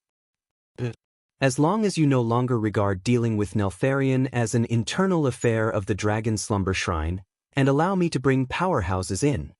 Duque's voice was sonorous and resolute. All right. At this point, they had already lost all face. Were they going to watch the crystallization of the Pentashade dragons, the Dragon Slumber Shrine that had been passed down for 25,000 years, be destroyed by a traitor? An entry telekinesis message was sent over. Almost at the same time, 4 large portals that were 15 stories high suddenly opened in front of Neltharion. 4 burly giants stepped out from inside. It's them. Why didn't I think of it? Alexstrasza was also confused by her concern. Compared to Duque, it was more justifiable for Archivon's 4 guardians to enter the dragon's slumber shrine. After all, they were all titans. Although the 4 of them were very strong, could they deal with Neltharion, who was so huge? The 4 great guardians were 10 stories tall. To mortals, they were definitely huge beings. Tragically, size was relative. Compared to Neltharion, whose torso was 200 meters long and was basically a moving mountain, a 30-meter-tall body was really not enough. They were just a few miserable dwarves. Right at this time, Duke's figure suddenly appeared in a flash. He stood on the shoulder of Rock Guardian Archon. A second later, there were 3 more existences that exuded an extremely powerful aura. On the shoulder of Storm Guardian Emeron was Sylvanas. On the shoulder of Flame Guardian Coron was Kale, that's. On the shoulder of Frost Guardian Turawan was Vashj. Emeron. Requesting the advent of the Storm Guardian shouted and raised his arms high. Suddenly, 2 openings that looked like holes appeared in his palms. It was not that there were holes in his palms, but that he had completely opened the interface of his elemental circuit. Sylvanas. In the name of the Master of the Wind God Throne, I agree to your request. Queen Sylvanas's brilliant blonde hair suddenly rose high in the wind, like a golden peacock proudly spreading its tail. The atmosphere suddenly trembled violently, and the shadow of the Wind God Throne appeared in the void above the Dragon Slumber Shrine.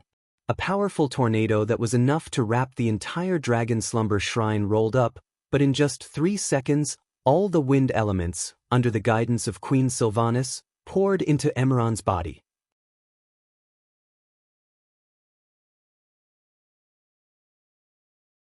Chapter 1862. Just like back then, Magni could absorb earth elements to expand his body to the size of Alkavon. Now, the half-elemental, half-living Amaran was doing the same thing. If it was in the past, there wouldn't have been so much pure and highly concentrated wind elements to support his enlarged body. But after Queen Sylvanas grasped the wind elemental realm, everything was different. Amaran's body expanded like an inflated balloon.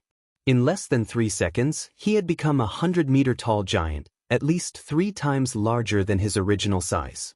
If he was a human, he would definitely feel uncomfortable because of the changes in his body structure. The Watcher himself was not a living being in the standard sense. Not only his body, even the clothes and equipment on his body were mostly made of elements. And as a half-elemental life form, there was no discomfort after becoming bigger, as long as the body proportion was normal. Oh! Amaran let out a wild and heroic roar. Not only him, but the 2 Watchers, Corellon and Turawan, were also enjoying the same treatment. The massive injection of fire and frost elements made them also become giants of Imeron's level. A moment ago, in front of Nesario, who had become incomparably huge after absorbing Galakran's remains, the 3 giants were just dwarfs. 10 seconds later, they had become behemoths strong enough to threaten Nesario. Even though the main trunk of the wings was more than 200 meters long, the dragon race had long tails and necks. Even if the necks were shorter because of Galakran's genes, the main trunk of the wings was still more than 120 meters long. Both sides had become terrifying existences of the same weight class. The elemental masters who were originally standing on the 3 quickly left because they were not the main characters next. Come on! The 3 giants let out a provocative roar in unison. Roar! The wings roared in response. It swatted at Imeron's head, but the Storm Watcher showed agility that was not commensurate with his size. He actually did a front somersault, dodged the attack, and stepped on Nesario's left wing. The slightly slow Turawan was caught by the right claw of the wings, and the biological corrosion that the 4-colored dragons feared hit a wall on Turawan's body. Those dragon limbs that had grown out were immediately frozen when they touched Turawan's body. The freezing air at absolute zero instantly stopped the reproduction of their cells. The most important component of a cell was water. When water turned into ice and its volume increased, it would break the cell wall and membrane, causing the cell to die. The others only saw that the growing limbs on Darkwing's body seemed to have met their nemesis. They actually struggled to retreat, as if they didn't want the plague to spread to their bodies. It was a bit too late. Large amounts of limbs were completely frozen and then disintegrated into beautiful ice crystal fragments. The real main attacker was the Flame Warden, Cultivation. He took huge steps that shook the world and rushed to the side of Wings, giving Wings a hard shoulder bump. Bang! Roar! Not only did Corellon knock the black dragon over, but the raging fire elements on its body also evaporated a large amount of acid on the dragon's body. Deathwing let out a thunderous cry of pain. This was the first time he had been knocked over since the start of the battle. He lay on his side on the ground with his 4 limbs in the air. As a former dragon aspect of the combat faction, Wing was not that easy to kill. When the other 2 wardens wanted to go up and take advantage of the situation, he raised his limbs and kicked them away. Arkan, the only warden who did not go up, looked a little lonely. It couldn't be helped. His 3 good brothers had a place to play, and he could only stay here and watch the show.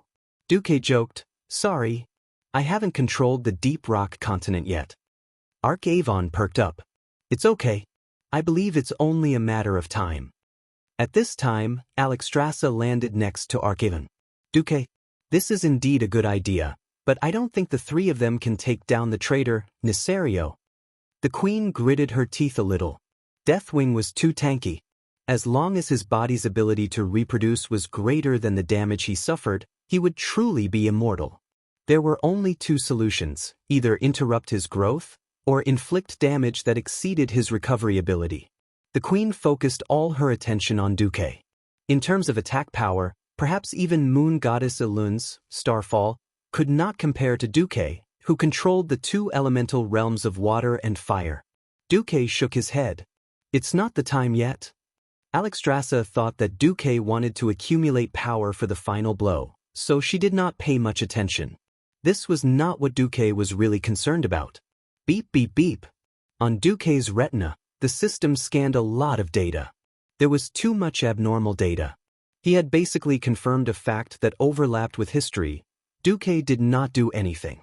He just snapped his fingers. Snap. A crisp sound rang out.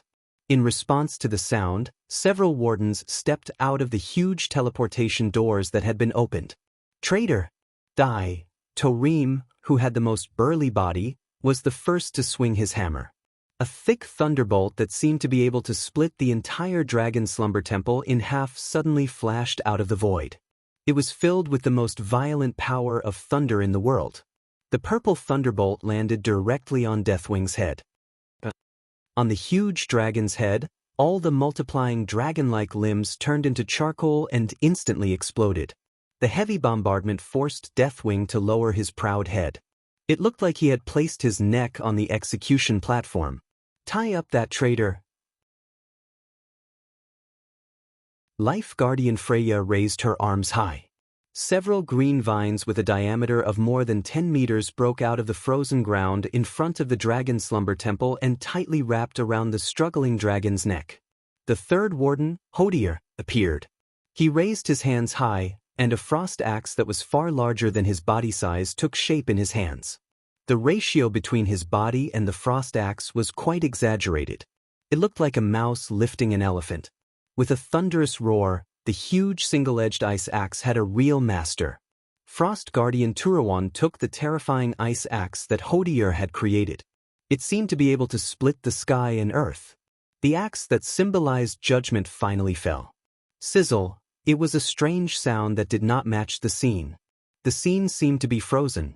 Then, like a comic strip, everyone saw that after Nisario's huge snake neck was cut off, he began to roll and twitch in pain on the ground like an earthworm that had been roasted by fire.